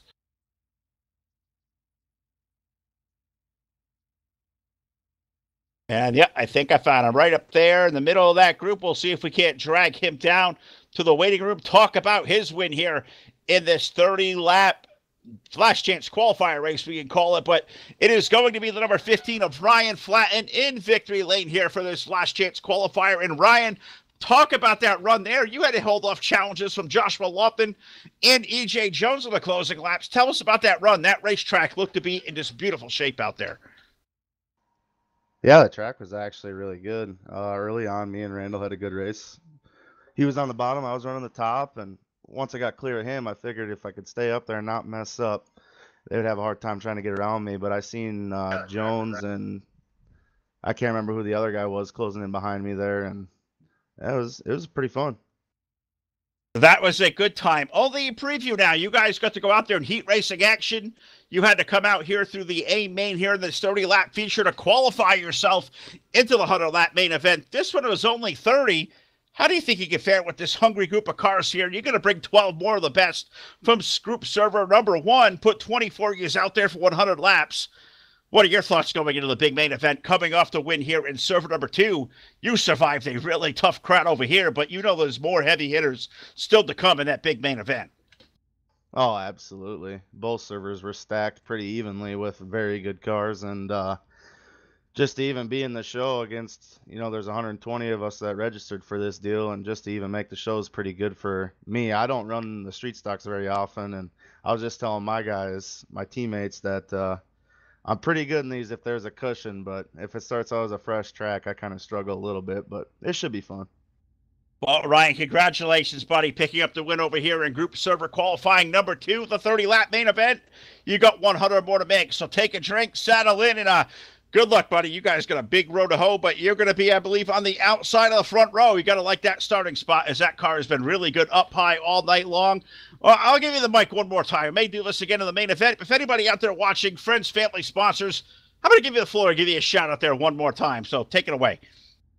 Yeah, I do like my starting position outside front row. That's very good. I hate starting on the pole, but outside pole is pretty good.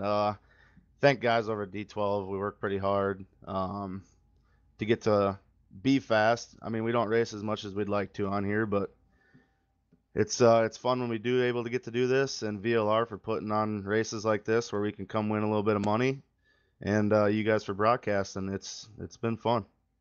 This has been a great time. That is the winner, Ryan Flatten, over here in group server number 2. Jake, I'm going to throw it over to you. I believe we have, third place finishing number 83 of Joshua Laughlin. So take it away. Give Josh a shout out there and see what he's thinking. Is now he's got through this first 30, through this hungry group of server. He's got 100 more laps left to make. Joshua Laughlin, you finished in that third position after running hard for that race lead down at the bottom. Good news is that race is over and you finished in the podium. Bad news is you've still got 100 left to go, but that also means that there's a shot for the win here at the Gobbler 100. How do you feel going into the main event? I feel excited, man. Qualified third, which was surprising. I thought qualifying was going to be my weak point, and just kind of found something there on the bottom, and we're going to go on this next 100 laps and catfish that bottom. I mean, it's working real good. Then the guys on the outside are getting runs, but it's kind of risk versus reward. Getting in that fence, you just got to run her in there so hard that hope you don't hit the fence. And the track was pretty gone there. I probably could have did a little bit better on the bottom, but I was just trying to protect the bottom and not get past and make it in the top 12. Had a good race there with EJ and the 15 there. So made the big show. That's what we were set out to do, and that's what we did. Yes, and due to your finishing position, you should start pretty close up to the front of the field. You did a little bit more than just running the bottom. You were really commanding that bottom down at the inside. You really made it work for you. Do you think that you have what it takes for this next 100 laps? We'll see how it goes. I feel really good on the bottom. Setup's good. It's real. You got to be real easy down there, and I think that's what a lot of guys, they like to get up on the top and get it on the hammer. And if I can just get a little more grip down there, I think I'll have something for them. Well, as we usually do here with the interviews, we're going to give you a little bit of time to thank your sponsors, thank anybody at home watching. So go ahead and take it away, Josh. I just want to thank the guys at One Up Motorsports, and I actually got this ride through Tyler Hudson. Hooked me up, found a guy that was wanting to sponsor someone, and he told me the only thing I had to do was run number 83, and I said not a problem, and we put her in a big show for him. You definitely did. We'll see you here momentarily in the Gobbler 100. Bill, I believe you might have someone else for us. Why don't you take it away? All right, well, we'll see if we run down here. We can't find our buddy, Mr. E.J. Jones, to finish up in the second spot. I know E.J.'s always a party. We'll see if we can't find where he kind of disappeared to. Is man, it's happening over here in the VLR team speak tonight, and I had EJ. Not sure where he disappeared to, but we're gonna look around here, look behind the boat. Oh, we're gonna take a brief minute here as just going through that. There's a lot of cars, a lot of people down here, and there he is. We found him. There he is, EJ Jones, buddy. Second place finish down there, off the big run last night at at Dirt Warrior Racing. Coming over here at Knoxville tonight, buddy. You got that thing rolling, First of all, how you feeling after that party? Man, I felt like I was racing in real life again, staying up all night, going to work the next day, work on the car some, drink some beer the night before, just party all night. All right, buddy. Well, I got to ask you about the racetrack. Does it really look sharp out there? 3 really good grooves of racing. You, as normal, found yourself down there to the low side, digging up to the second spot. Did you have anything left you could throw at Flatten? Because he really had something working up there up high. I think if I could have got around Lawton a little quicker, I may have been able to. But I wanted to make the show was the main thing. And when I saw we kind of had a gap back behind us, I was like, well, I can't pass them following them. So we'll go up to the top and we'll see what we can find up there. And luckily it got us around them there at the very end of that race. So it'll move us up a row, hopefully for the 100 lapper. All right. Well, EJ, we usually do this post-race, and the party's usually gone, but you got to keep yourself good here, bud. You got 100 more laps to dig around here. I mean, you ready for this? And driving. Now, don't advise that, buddy. Don't do that at all. I want to see you go up there and compete for this win here tonight. So big money, a great crowd of race cars, some of the best drivers out there that iRacing Dirt has to offer. You being a street stock veteran, how do you feel about this overlook you got through this 100 lap main event, and who do you got out there to thank for sponsorship, man? Because that car is a rocket tonight and looking awesome as always. And I got to thank, the same people I always thank. Charles Cosper, Cedar Cove Speed, for helping me out with this whole thing, getting me into it. Dylan Smith also, my friend Peter Delavan. Also, I saw we have a few DWR cars in this race as well, which, I mean, that is freaking awesome for our group. And, Grandma's doing better. I actually talked to her on the phone before the race tonight, so that kind of lifted the spirits a little more as well. Got to thank Eric Eichstedt also for the girls on the car. Hopefully we can take the girls to victory lane, win some money, and if I win some money, I'm going to be partying hard. I've already got a 24-pack of Michelob in the fridge along with another 12-pack from last week, so it'll be a big party here regardless. Well, if we win, lose, we're going to party regardless now. Well, we know Jake's going off at turn number 1 to party here in a little bit, but if that place is full, party's down to the 84 Camp be, Jake. Congratulations, You're buddy. Damn right. Second place finish. Give a hell with that 100 lap feature, buddy. We are going to be rooting for you. You're a buddy of ours. And either way, if that car's a 1 piece or 1,000, we know this guy's going to be partying down there after the race there, Jake. Before you leave here, EJ Jones, I'll meet you down there in turn number 1 outside there at Dingus's Bar and Grill. As long as you're buying the beer after the race, I'm good. You win the race, I'll buy every beer you need. That's what I'm talking about. More incentive to go win it. Love it. Love it. All right. Well, we'll let EJ get down there and get himself all tested out there for it looks like the main event server is up, Phil. We're going to take a peek at practice now. All right, well, we're going to get loaded into the main server there. Todd, it's been an awesome show, and we have a lot still left to do and a lot of great sponsors here tonight, of course, to presenting sponsor iRacing, IFlag, but there is a whole lot more to bring to the equation tonight. There is a lot of people responsible for putting this 11th annual Turkey Gobbler on this evening.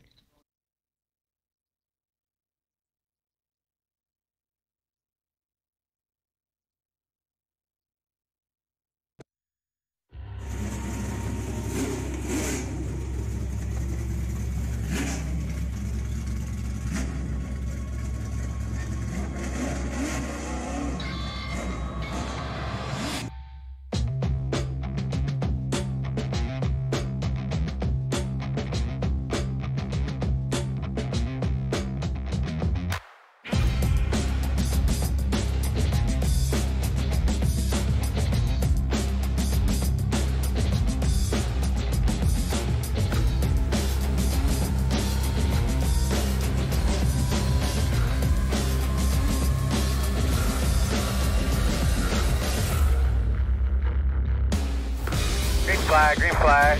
Everybody. Gonna be a wreck behind you, gonna be a wreck behind you. So I don't know what to do. Somebody put oil down. We're on the fence. Are they flagging it? Flag, white flag. Clear, click. Man, this is it, check the flag.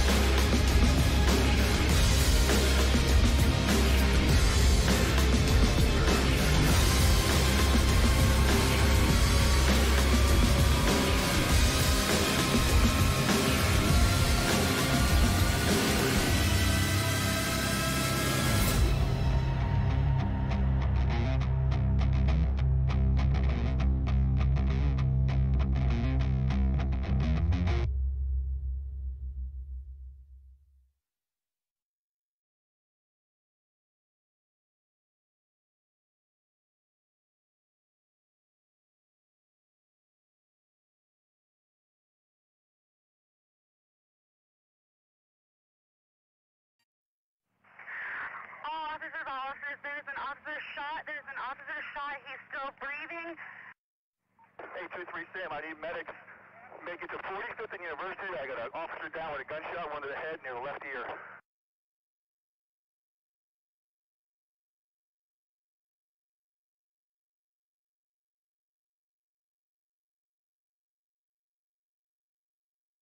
Shot fired. My partner's been shot.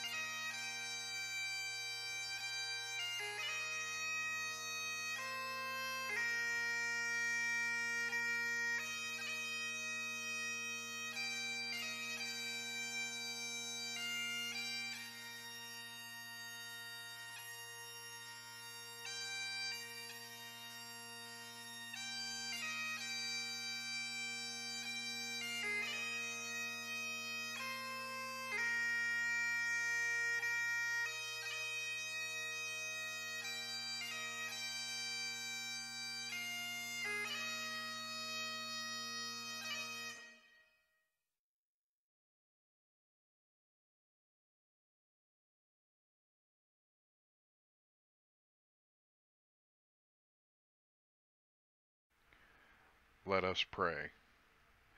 Dear Heavenly Father, we'd like to welcome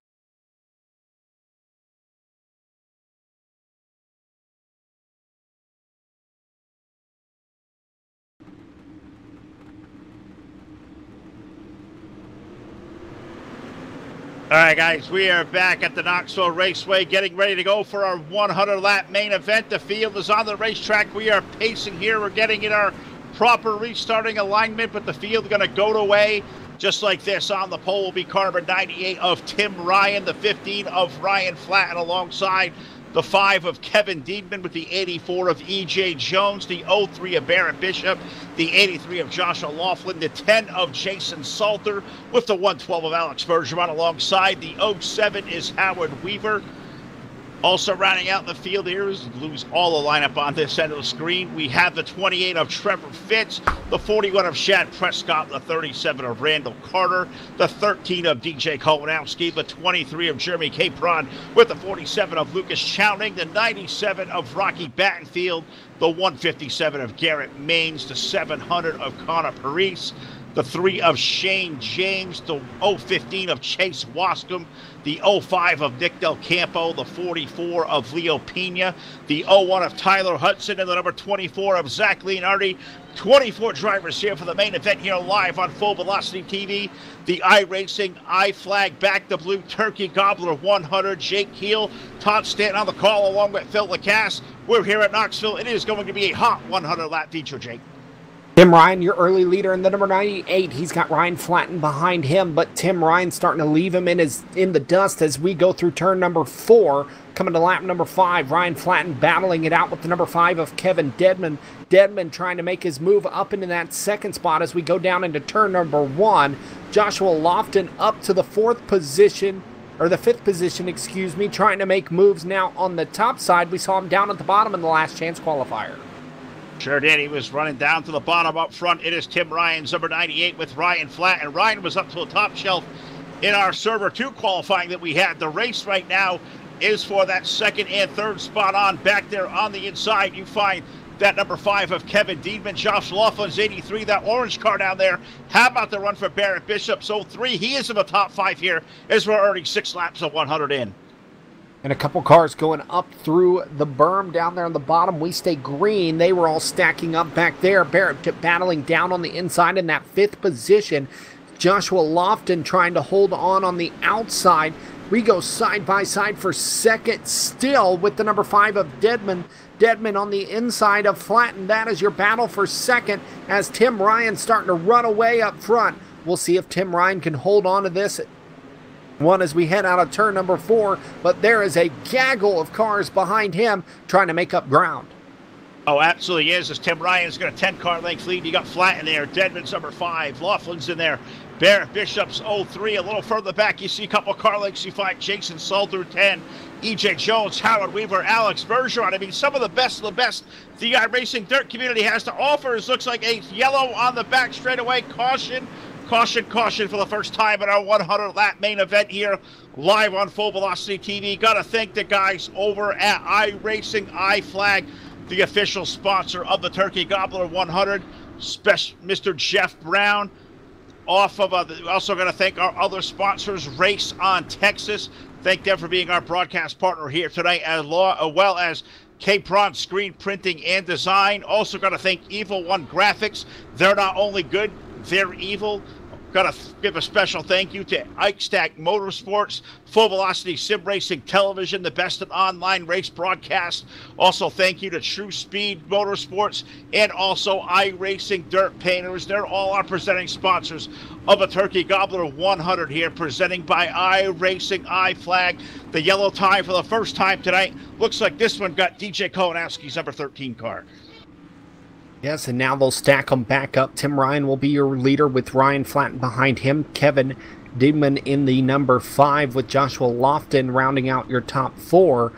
That'll stack everybody up and give some of these guys a chance to get back around the number 98 of Tim Ryan. We'll see if Tim Ryan can hold on to that race lead as they are starting to stack them up and get ready to go. The pace truck pulling down into turn number 1. The caution lights go out. We're ready to go green next time by. And we certainly are. Tim Ryan and Ryan Flatten going to be on the front row off of turn number 2. Keep an eye on that 98, man. That thing looked fast off the opening laps. The second row, Kevin Dedman's number 5. Joshua Lachlan, we saw how fast he was over in server number 2. But these guys up front, Tim Ryan was the winner over in group qualifying server number 1. Looks like the fastest car here in Knoxville, Iowa tonight. The field in turn number 3 and 4. 11 laps of 100 up on the board. The first 75 laps going to count through official scoring. The final 25, all green flag laps only. We're back to green flag racing up at turn 4. Tim Ryan jumps out to that early lead. He's got Ryan Flatten right behind him. Flatten trying to stay with that number 98. They let him get away early on in the last round of green flag racing, as now Flatten will go up to the top side. Here comes Kevin Dedman down on the inside of Joshua Lofton. That is your battle for third, as Barrett Bishop rounding out your top 5. Jason Salter finding himself just outside the top 5. Jason Salter's number 10 car trying to make it happen, currently running in the 6th spot, looking for running room to the inside of the 03 of Barrett Bishop. Up front, Tim Ryan trying to peek away and hide there. Ryan Flatten of the 15, Dedman's number 5. They're not going to let him make short work of it. Good racing action, Flatten. We saw him run the high side. He's making it work again. They're dead heat off of turn 2 for second on back. Flatten just trying to stick with that number 98 up front. Tim Ryan being the class of the field so far, but they're about to go 3 wide for third, or for second, excuse me, and now they'll go single or side by side for that third position. Dedman will go down to the bottom, Lofton up top. Ryan Flatten within a car length of Tim Ryan. Ryan, your race leader, but for how long, as Ryan Flatten trying everything he's got in that Steelers number 15. That car really rolling. Tim Ryan's 98 up front. Dedman's number 5 down low. Here comes Laughlin back up to the outside of the 5 car. They're going to pull side by side down the backstretch into turn number 3. Look at that run. Flatten gets up high. Look at Laughlin trying to run the low side. Almost there. 3 wide down for the run-up spot. They are 2 wide from third all the way back into about 20th there. Jake, it's a high-speed pace lap here around Knoxville. I can't believe it. Ryan Flatten losing ground up on the top side. They go 3 wide for second, as the number 5 of Dedman going all the way down to the bottom. He's got Lofton in the middle. They are going to go 3 wide out of turn number 4. This is giving Tim Ryan an excellent run up front, as he will start to run away. Lofton trying to hold on in the middle, but give it to Kevin Dedman off of turn number 2. Dedman there off of turn number 2, but they are just locked in that 3 wide battle. Laughlin's in the middle. Flatten's there on the inside. You got Barrett Bishop, Jason Salter. They're now all going to make it 3 wide as Flatten's off the outside wall. The 15 losing ground, but the problem is, Jake, every time he loses that time, he's stuck in the top shelf with a 3 wide scenario. Now it's racing for 4th on back. There's still 3 wide through 1 and 2. Look at that. There's 12 cars there within about a credit card of each other. Flatten gonna find himself racing for the 7th, as now the number 07 of Howard Weaver going underneath him. He is falling back quickly after being the class of server number 2. Tim Ryan out to a huge lead up front. He's got over a second lead on the number 5 of Kevin Dedman. Dedman trying to battle it out with Josh Lofton, but you gotta believe he does not want to be side by side with that number 83. He needs to try to catch up with that number 98 up front. Well, the more of these guys race side by side, it's allowing Tim Ryan to pull away. It is 10 car lengths off of turn number 4. Flatten's 15 car has been off the outside wall a couple of times. He's starting to look no worse for the wear. Put Kevin Dedman up to the 2nd spot, but it is a race there. A drag race with Laughlin's 83 down up to the high side. Barrett Bishop's 03 looking for running room down low. You got Jason Salter. Here comes Howard Weaver into the fight, as is Alex Bergeron. EJ Jones is there. Ryan Flatten has fallen all the way to the back part of the top 10. This is some terrific racing there, Jake. 2 and 3, sometimes 4 wide.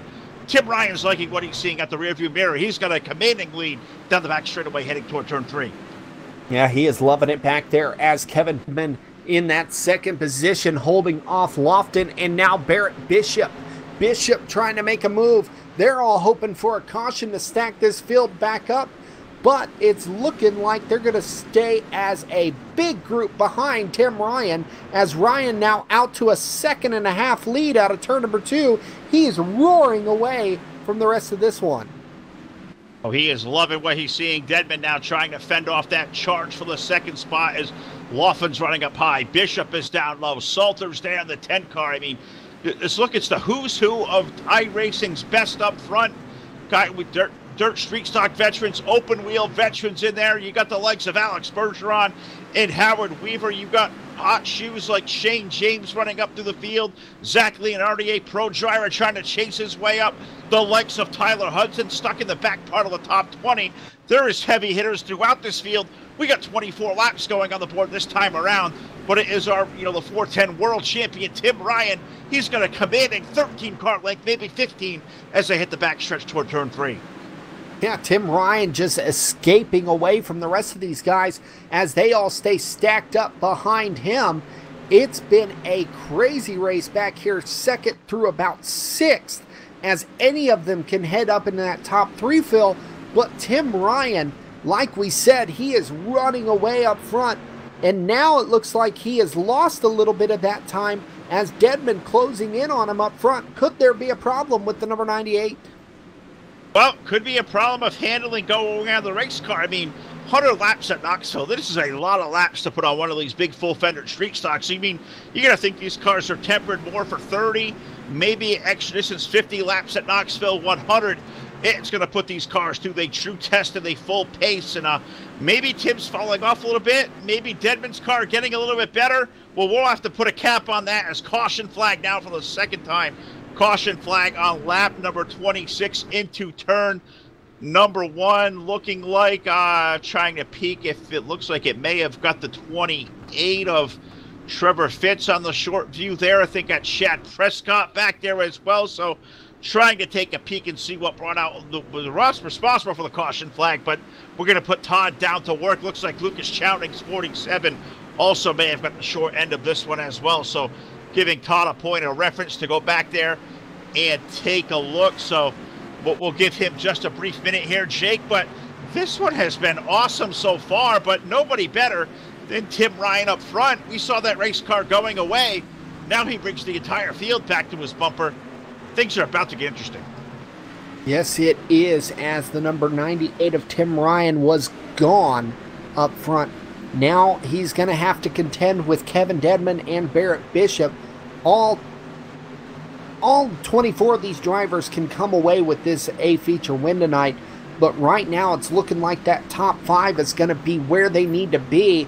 Good to see Rocky Battenfield sitting in the 7th spot. He's having a great run tonight in that number 97. Howard Weaver in 6th. Alex Bergeron in the top 5 in that 112. We're on lap 29 this time by Phil. It's about to get nuts up front. Oh, it's about to get rowdy, and I think we're loving that here tonight. Hope you guys out there watching live on Facebook, live on YouTube, live on Twitch TV, like us, share us, interact.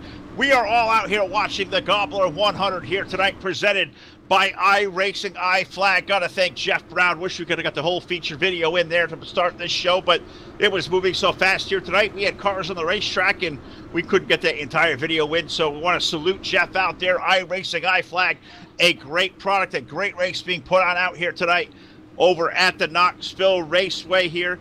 As we come off of turn number 4, Tim Ryan going to pace the field back to green. Green flags back in the air as we work now lap number 30 on the racetrack. Tim Ryan going to jump up through the middle. Kevin Dedman staying glued to the back bumper of that number 98. Here comes Barrett Bishop on the inside. Bishop trying to make a move in that number 03 car and get up next to that number 5 of Dedman. Dedman now going to hold on to that spot, but Bishop staying strong there on the inside. That is your battle for second as Alex Bergeron goes down to the bottom of Joshua Lofton. They're going to battle it out for that second spot as they make contact with the 03 and the 5. Yes, they do. The 03 of Barrett Bishop, the 5 of Kevin Dedman making contact. It's going to put Barrett all the way back there to the clutches of Alex Bergeron's 112, Laughlin on the 83, and the entire pack of wolves back there racing 2 and 3 wide, including Howard Weaver, Rocky Battenfield's 97, E.J. Jones and Jason Salter. They're making bumper cars down the front stretch. Looks like it's going to stay clean as there were cars sideways, but 2 and 3 wide racing.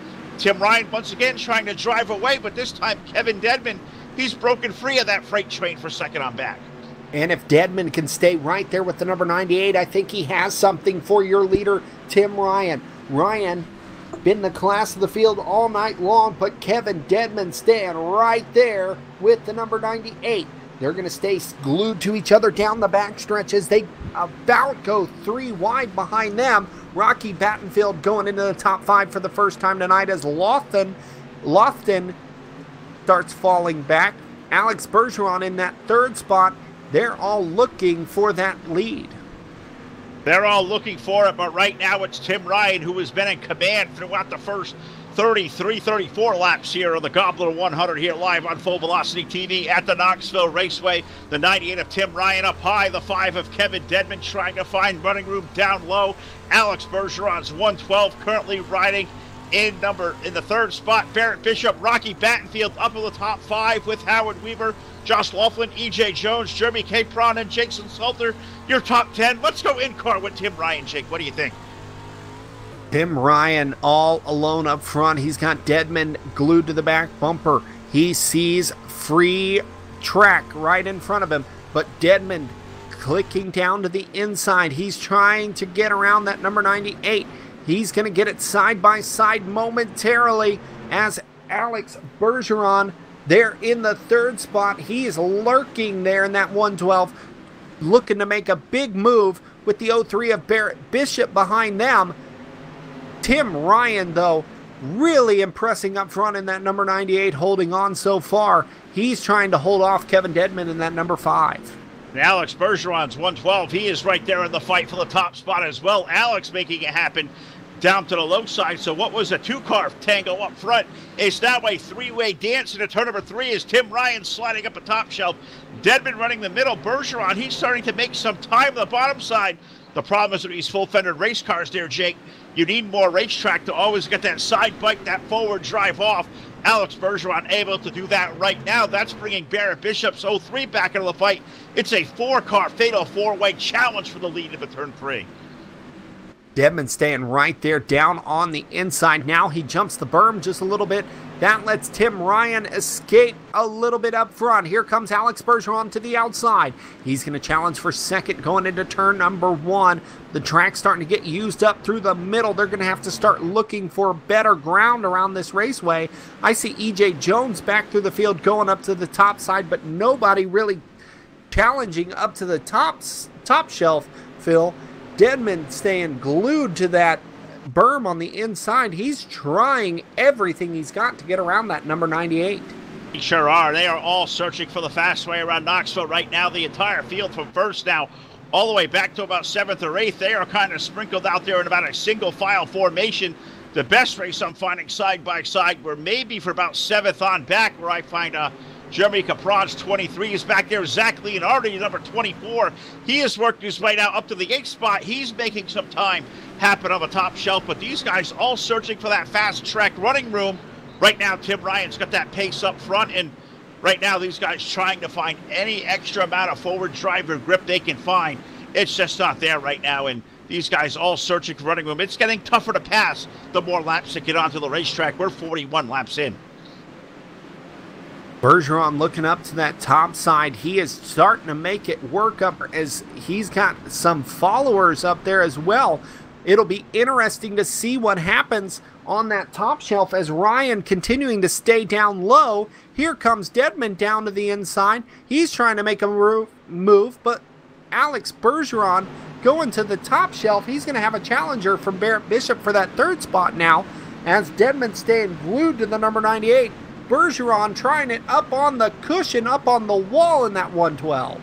Let's bring Todd Stanton into the fold down there. Todd's a long-time dirt guy, always doing the controls on FETV. But Todd, so far, the way these guys driving up front, all's kind of single file. It's tough sledding.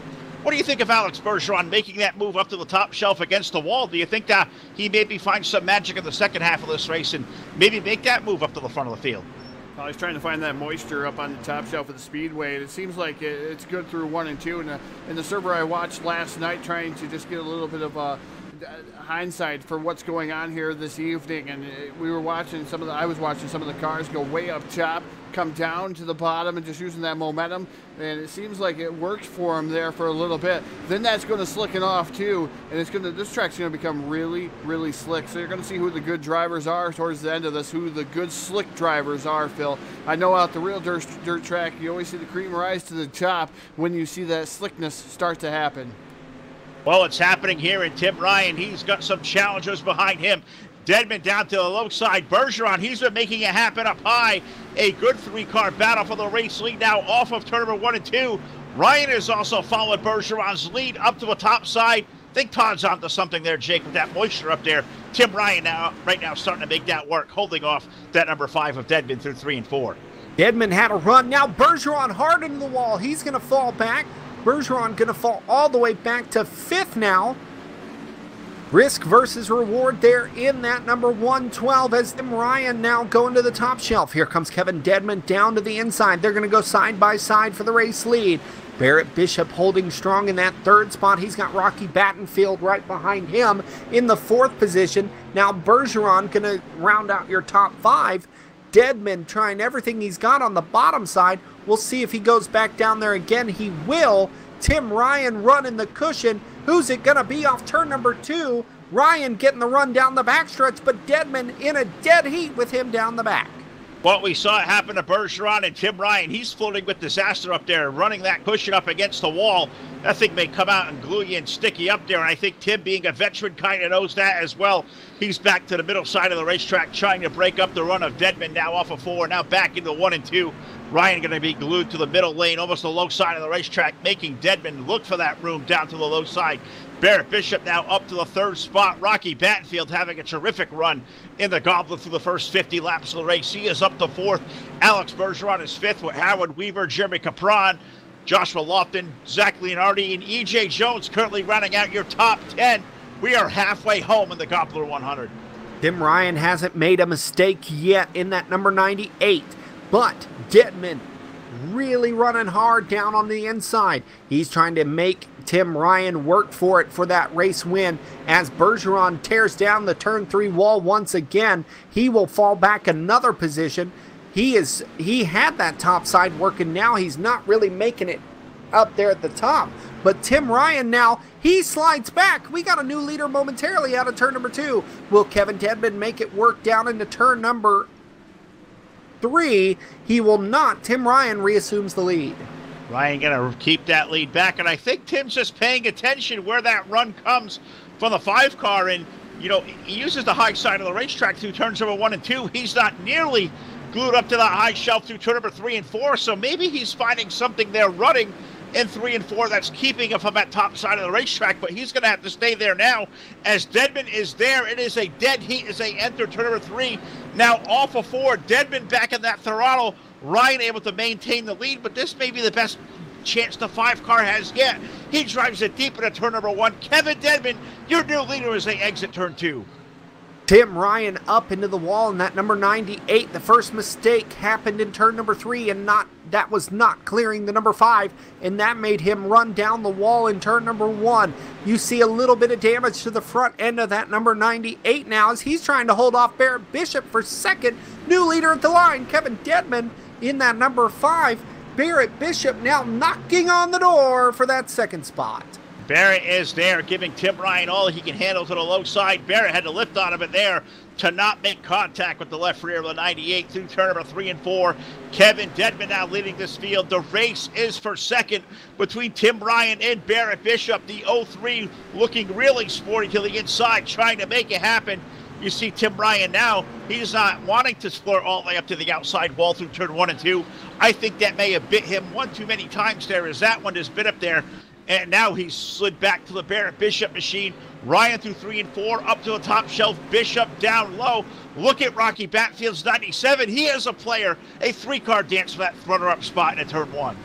Rocky Battenfield now side by side with Tim Ryan. He's got the number 07 of Howard Weaver to his inside. A big sandwich there as contact made with Tim Ryan and Battenfield. Battenfield up to 3rd now as Barrett Bishop moves to 2nd. We're going to almost go 4 wide for 3rd with Battenfield leading the charge out of turn number 4. Your leader, though, is Kevin Dedman with Barrett Bishop in second. Bishop holding strong down on the inside. Dedman, your race leader. Barrett Bishop wanting it bad as now Tim Ryan continues to fall. Tim Ryan does continue to fall as Howard Weaver has got around him there. Barrett Bishop's 03 has been around. Those guys running for third position on back, they're starting to maybe use up each other a little bit. They're trying to clean this up, but Tim Ryan, he's falling from that top shelf. He may fall all the way outside the top 5 as they are 2 and 3 wide racing for 5th position on back as they head down the back chute. Top 5, Tim Ryan might run out of the top 10 now after leading most of this one. He's in 9th, contending with E.J. Jones for that spot. But now look at Barrett Bishop down to the inside. Is he going to try to make the moves that Kevin Dedman made to get into that race lead? He's got a fender up underneath the number 5. This is the race down the backstretch. Your race is for the lead. Racing for the lead here as they're going to put lap number 60 to the board into turn number 3. Dedman holding the spot. Barrett Bishop's number 03. He certainly wants it. Peeking to the inside. Dedman going to hold off the spot, but these two guys trying to run away and hide. 40 laps to go in the Turkey Gobbler 100 presented by iRacing IFlag. This race has been spectacular the whole night. Over 2 servers of qualifying. 124 cars. It is down to the best 24, the best of the best here racing at the Knoxville Raceway. Kevin Dedman up front there with Barrett Bishop down low. The race is now for the 3rd spot on back. Rocky Batfield, Howard Weaver, Alex Bergeron, 3 of the best. They're racing hot and heavy there off of turn 2. Now Barrett Bishop going to the high side through 1 and 2. He is trying to hold on to that top side. He will go down to the bottom. He was trying to make a move on the high side that maybe Dedman was afraid to do there in that number 5. Dedman hitting his marks through 1 and 2. Now Barrett Bishop goes up to the high side as they're going to go side by side for the race lead. Can Bishop make the top shelf work through 1 and 2? We'll have to wait and see. He's got it up there. He's trying to make it happen. We saw the speeds been up there all night long. Can Barrett Bishop make it happen? There's now caution flag going to come out of the speedway. Caution for the 3rd time on lap number 62 on the speedway. And this one was really getting hotly contested up front, but something breaking there through the back half of the field. I did just see 2 laps ago, the 15, the outside pole sitter, Ryan Flatten, pull behind the wall, trying to go back here and give Todd a point of reference where the caution may have come from, but it looks like it may have could it be the Del Campo machine back? I'm not exactly sure. That was toward the back of the field, and there's so much dust flying out there, Jake. I just can't make up the car numbers.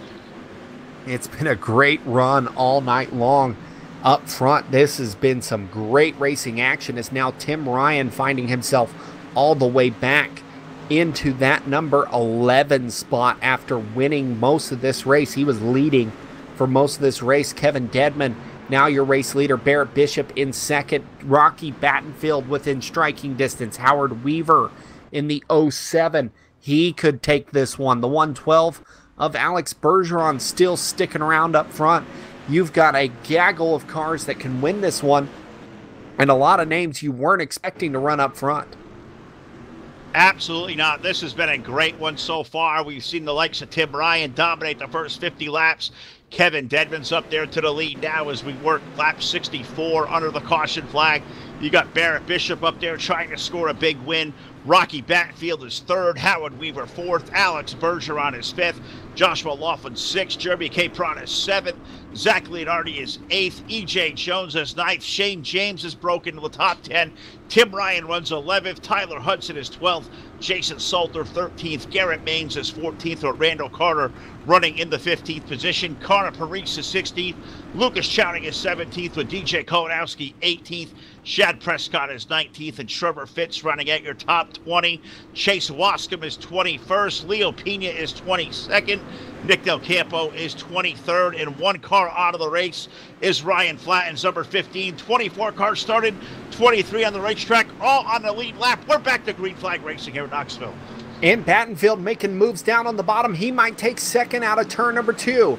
Barrett Bishop up on the high side. They're going to go side by side into turn number 3. Look at Battenfield running the berm down on the inside in that number 97. They're going to stay side by side as we head down the front stretch. Kevin Dedman going to continue to lead, but look at the race right behind him. Well, that is a good race going on there. Battenfield is there. Bishop's right there in the 03. Fourth car in line to the 07 of Howard Weaver now into the fray. Bergeron's 112 there trying to run the bottom. Kevin Dedman trying to run away and hide. It's 5 car lengths over that track race for the runner-up spot. Now 3 wide down the front stretch. Battenfield going to go back down to the bottom. He's got Bergeron to his inside. Barrett Bishop holding strong on the outside, but here comes Battenfield to that second spot. Give it to Battenfield in the number 97. He's going to run second right behind your leader, Kevin Dedman. Dedman holding on to the race lead, but can one of these guys make a move on that number 5? We saw it with Tim Ryan earlier. It could happen later tonight as the 07 of Howard Weaver now looking under Barrett Bishop.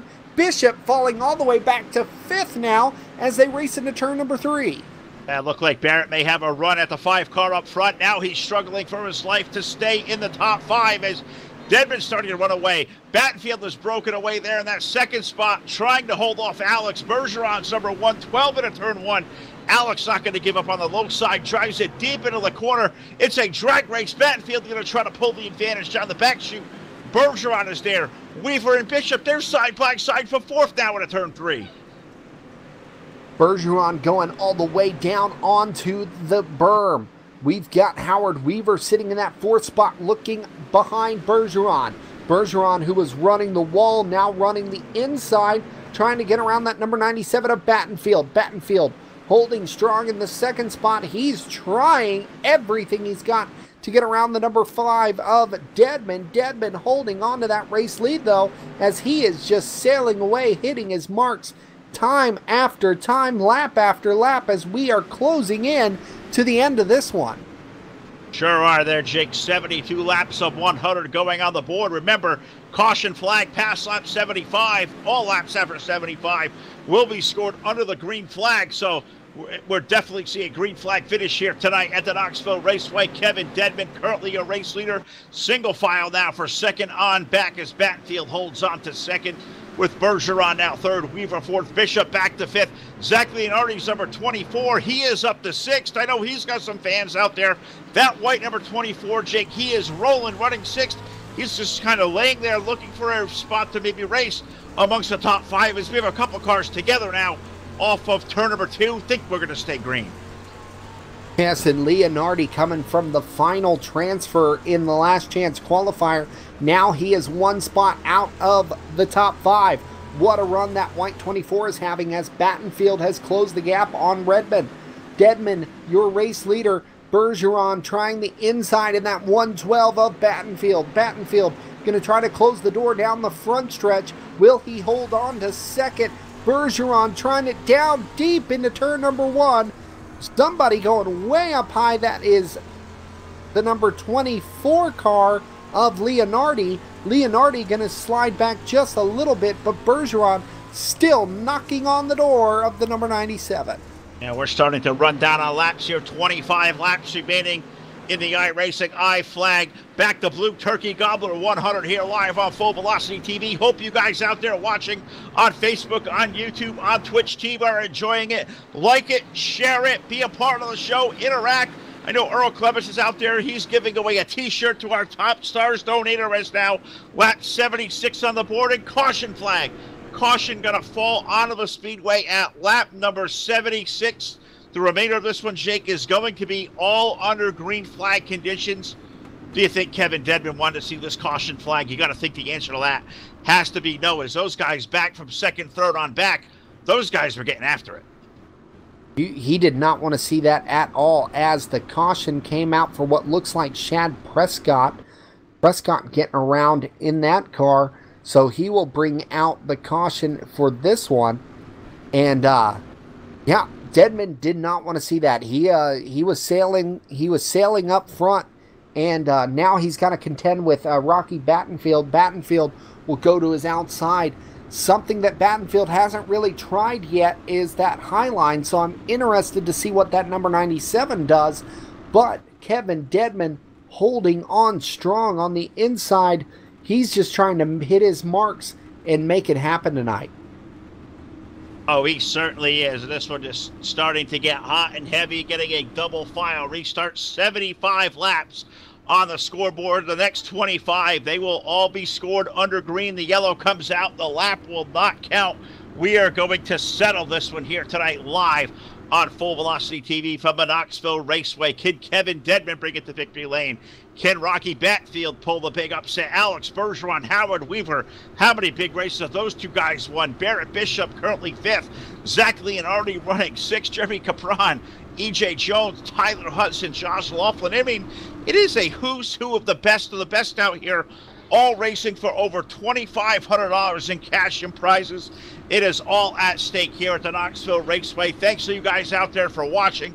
This has been a blast so far tonight. Want to salute Tommy Rowe for the great job he did over in server number 1. This one has been tremendous all evening long. It is going to be on like Donkey Kong. This time out of turn number 4, Dedman and Batfield. They're going to make up the front row. Dedman with a great restart. We're back to green. Bergeron having a great restart there on the inside. He will move into second. Barrett Bishop now challenging down on the inside as well in that number 03 car. He's going to try to make it up into the third spot, but Battenfield will not be denied on the outside. He is trying to hold on to that second spot.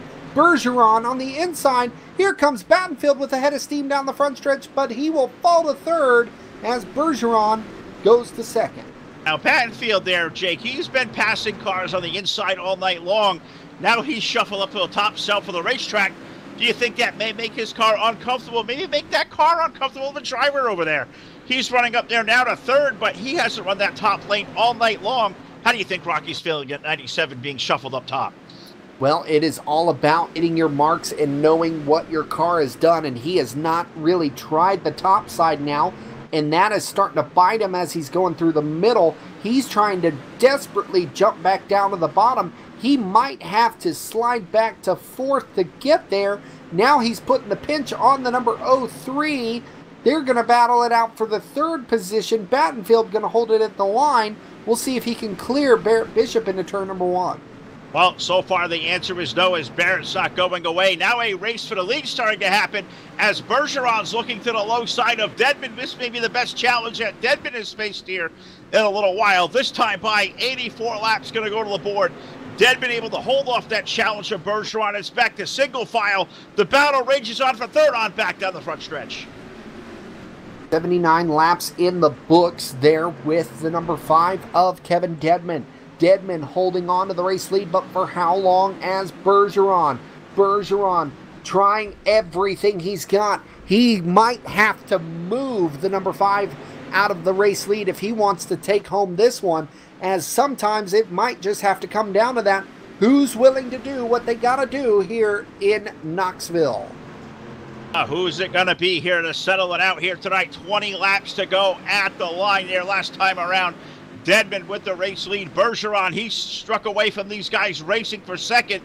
It is just a ferocious battle going on for third between Battenfield's 97, the 03 of Barrett Bishop, Howard Weaver right there on the periphery running 5th. Who is it going to be?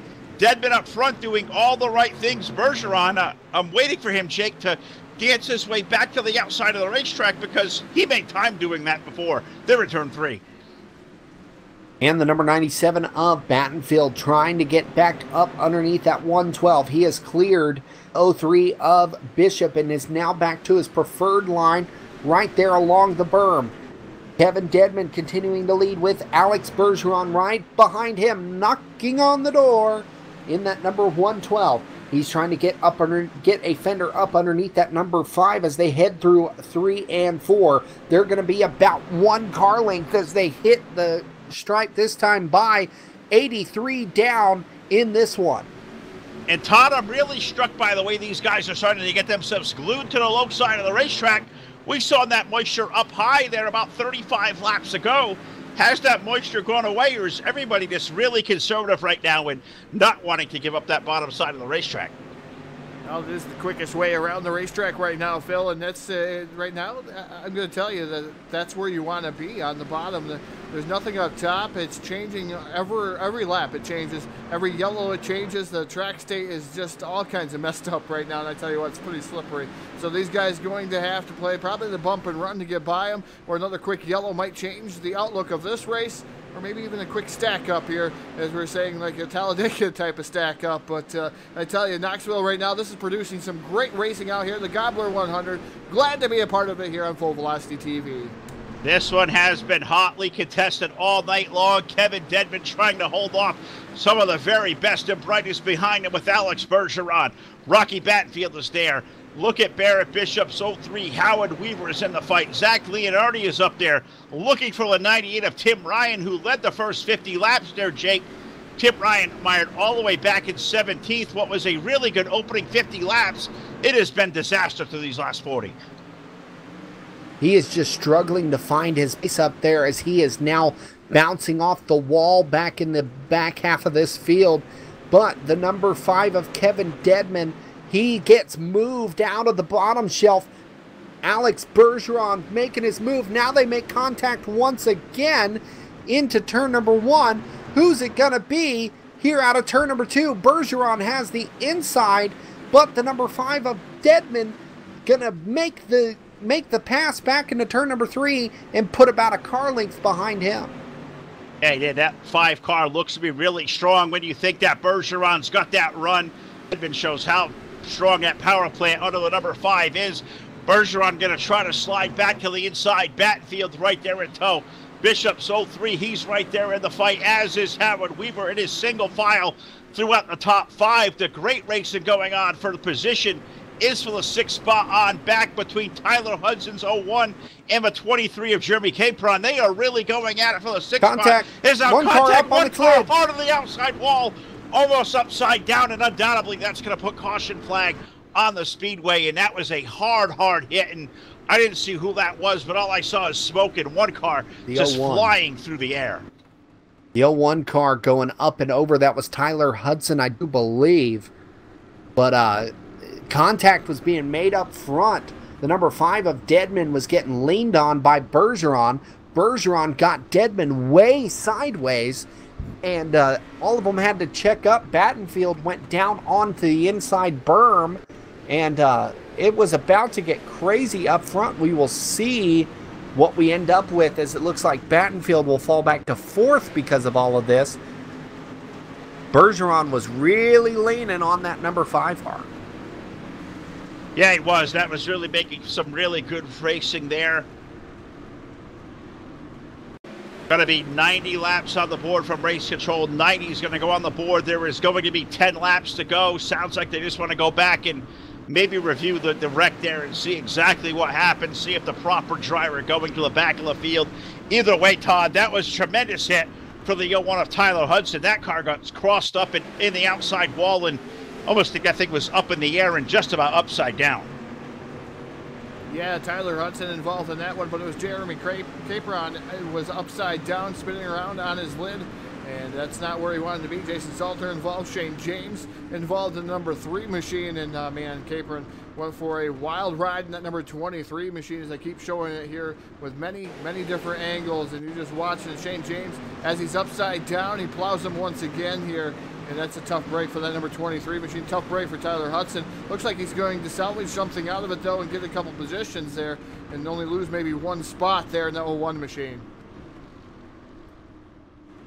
And it looks like it's going to be the 83 of Josh Laughlin who is going to be put to the back of the field also through this wreck for racing through the incident. So that's going to take one of those guys that was up at the top 10 racing for a win there, Jake. He's going to have to come from deep in the field with now only 10 laps to go, and ready to fire this thing out of turn number 4. Dedman versus Bergeron on the front row. Is it going to come from the top 2? Is it going to come from outside that front row? We're about to find out. We're back to Green Flag Racing in Knoxville. We are green with 10 to go as we head into turn number 1. Dedman going to jump down to the bottom. Bergeron trying to hold on up top. Barrett Bishop sees the opportunity down on the inside, and he will try to seize it into turn number 3 as yellow once again on the racing surface. Chad Prescott, I'm being told, is involved in this one, Phil, as we have another caution here late as I believe that'll bring us to either 10 to go or 9 to go. We'll see what KT King and the admin team here say about that one. Well, it definitely got the 41 of Prescott. Looks like it was a 98 of Tim Ryan, who may have either gotten the back or gotten the side. We'll let Todd go back there and tell the story of that. But we talked about Tim Ryan dominating the first half of this race, winning over in server qualifying race number 1 a little while ago. Tim Ryan's night would look like it was going to be running for the money there, Todd. It's really gone up in smoke through these last 50 laps and now relegated deeper to the back of the field.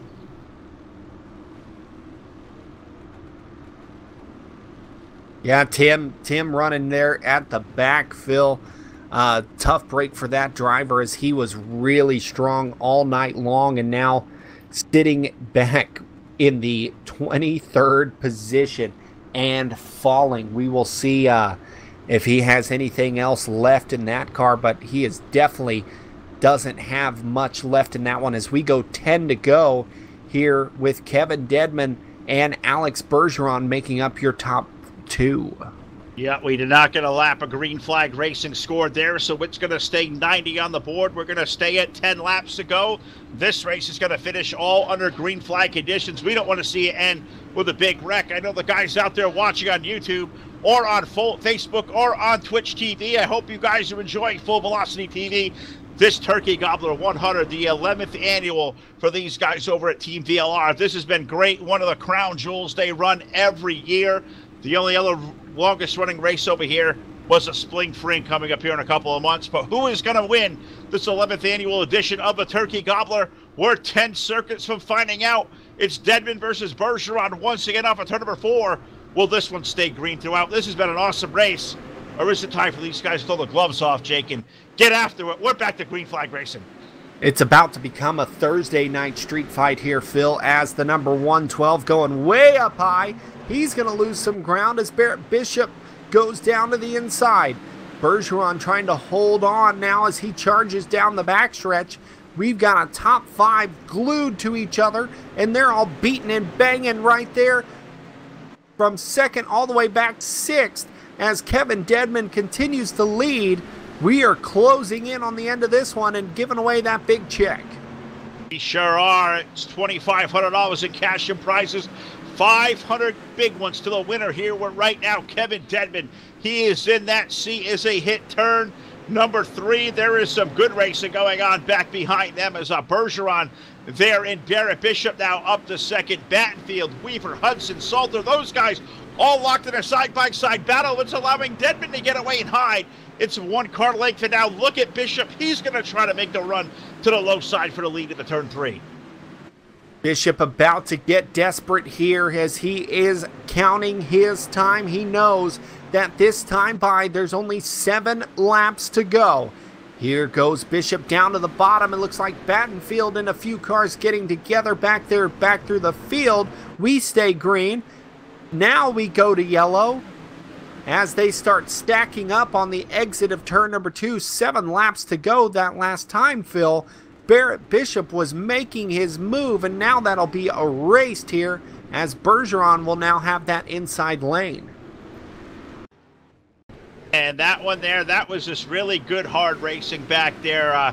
Maybe a little more give and take as Battenfield and Leonardi and Salter, I think Randall Carter, those guys were just leaning on each other in a big way in the back part of the top 10. But it's time to pay the money, Jake. It's no longer time to sit here and ride. It is time to run for all the prestige. I mean, nobody remembers who finished the second. Everybody remembers who the winner is. Right now, Kevin Dedman, but the gloves are about to come off. The word is from race control, the final 6 laps going to be contested with a single file restart advantage. Kevin Dedman now is not going to have to worry about that really good laying back of a restart that Bishop or Weaver or Bergeron may put on him. Is is it advantage Dedman at this point, or can you time it even better as a single file restart? I don't know, Phil. I mean, it could be the advantage that Barrett Bishop needs. He's got Howard Weaver behind him. If we did end up going in that double file, Weaver would have that inside line where Barrett Bishop has been so good all night long. But Kevin Dedman really, really, really did not want to see that happen as he was hitting his marks really well. You can see this track essentially glossed over at this point.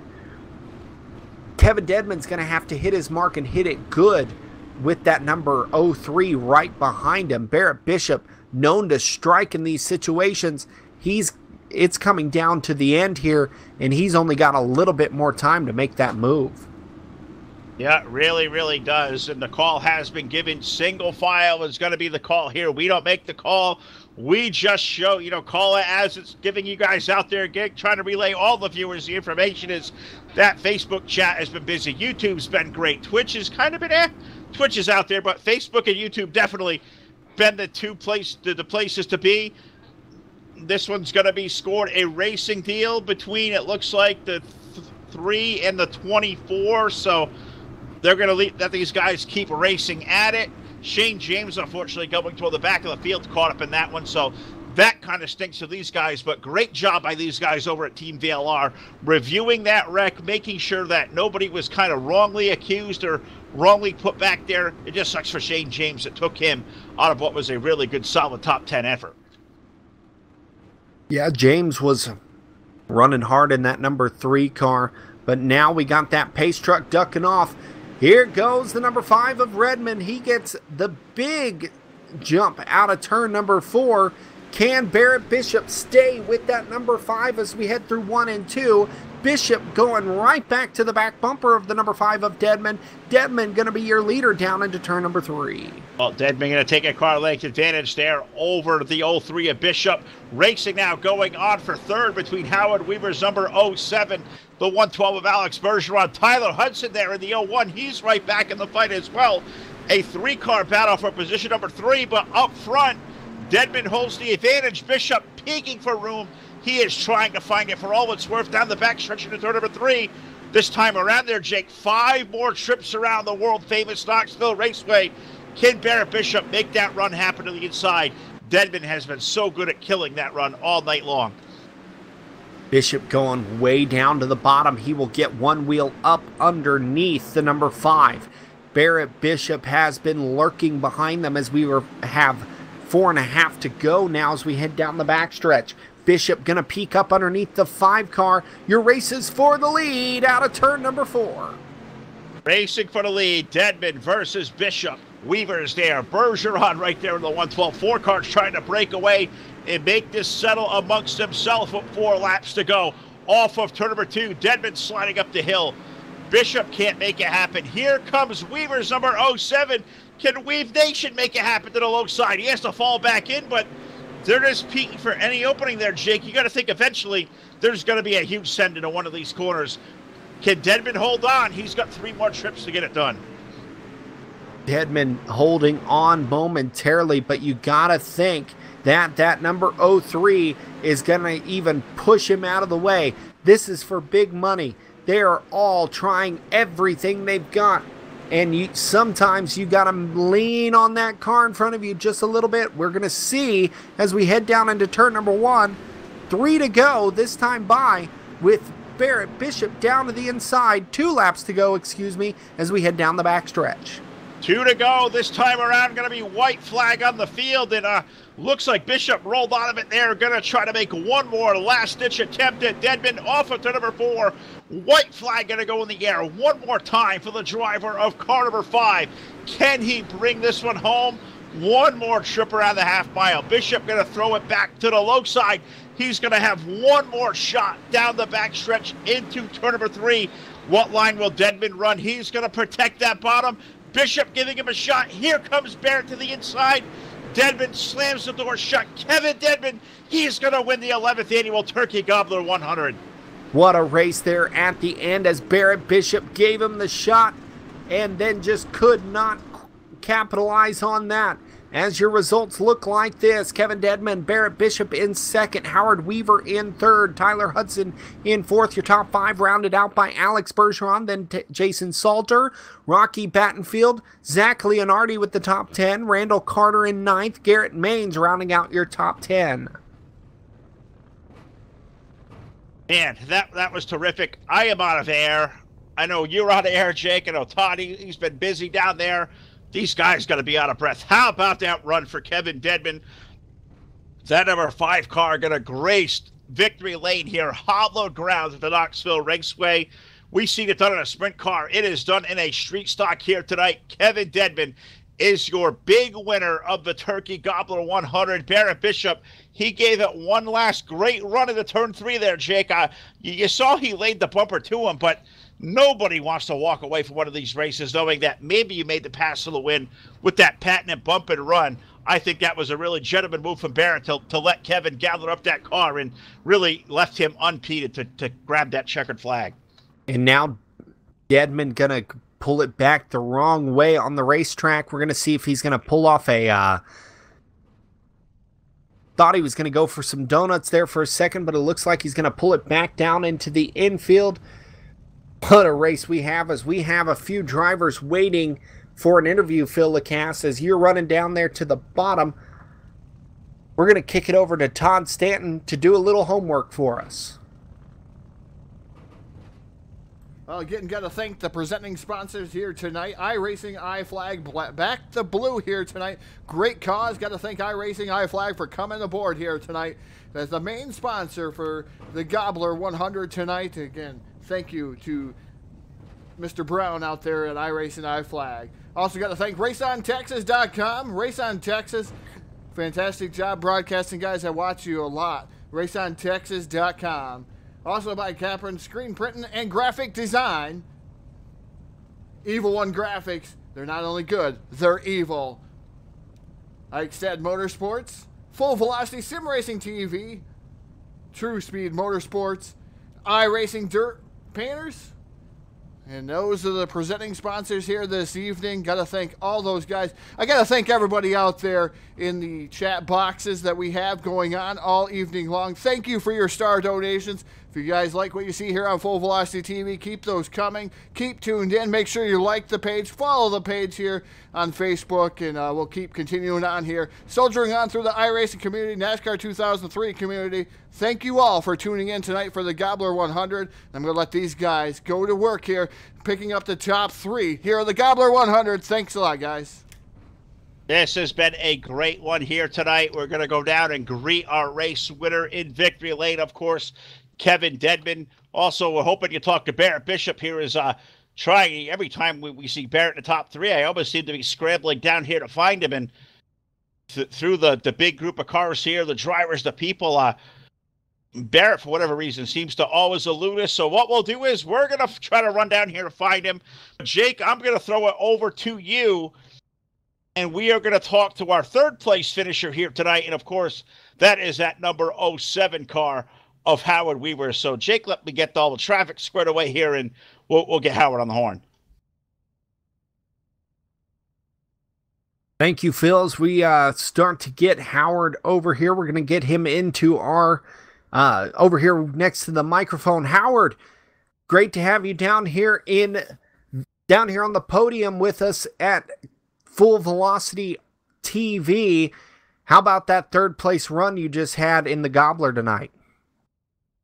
Thank you. Yeah, it was a good run for me. I think I started mid-pack somewhere 11th or something. So I was just slowly working my way up there. I actually preferred if it was going to be a topside track, but it ended up being on the bottom. So I had to kind of learn that on the fly. And I don't know, I felt like I could have won, but I mean, the whole field seemed like it was within a couple seconds. So yeah, I don't know. I just wanted to survive the end there. I knew it was going to get interesting with everyone fighting for the bottom to win. So I was just glad I didn't spin out or anything, or didn't spin anyone out. So that was a good night.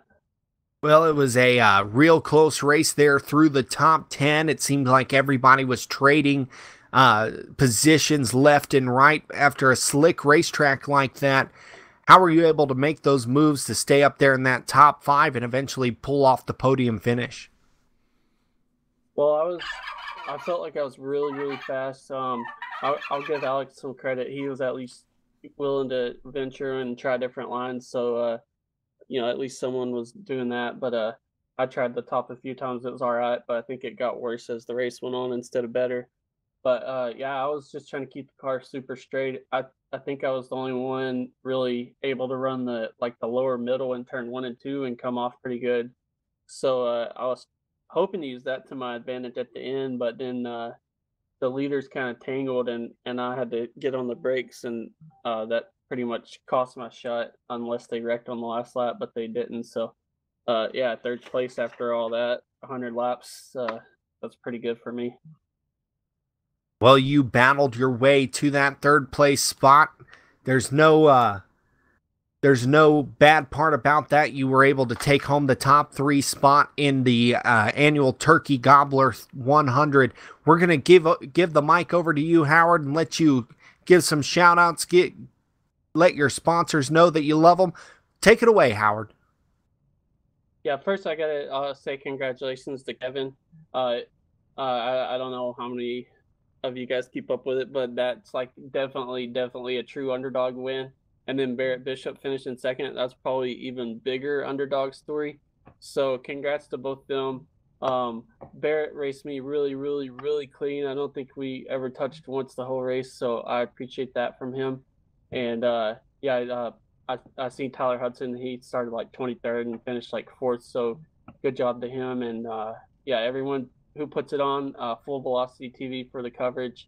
Also, Bubba and Nick Robbins and the other server for covering that. iRacing IFlag for supporting me, and you know, they paid my entry and everything. So that was really cool of them. And Team DLR for the show and the team. And yeah, it was a great race. Probably the best I've ever finished in the Gobbler, so I'm happy. All right, Howard, thank you for joining us here in the down here on the podium tonight. We're going to kick it over to Phil Lacasse now. He's standing with somebody down there for an interview. Take it away, Phil. All right, well, we unfortunately did not get to find Barrett Bishop. Oh, yeah, we did. We do got him down here, but we got more down here. I'm going to run down. We got the entire top 5. Not only the top 3, we get the entire top 5 down here. So we'll run down here. We'll talk to the 3 of Barrett Bishop. Barrett, terrific run, man. Those closing laps, I thought you had one more shot to make it the 5 car. Tell us about that final lap there running in the turn number 3 and knowing that he was going to hold the bottom, and you probably had to send it in there huge one more time to try to make it happen. Yeah, the lap before kind of messed up a little bit. And getting to 3, he checked up more than I thought he would, and I plotted to back up, but I don't want to win it that way. Well, shows how a gentleman race car driver you are. But talk about this event tonight. Coming through server qualifying a little while ago, having to be on pins and needles to qualify be the top 12 there through the server qualifying groups, getting onto the racetrack with 23 of the other best drivers out there the dirt has to offer. Full fender street stocks. We know you're certainly comfortable in those. Talk about the competition level out there and talk about this racetrack, the way it changed over a whole 100-lap event.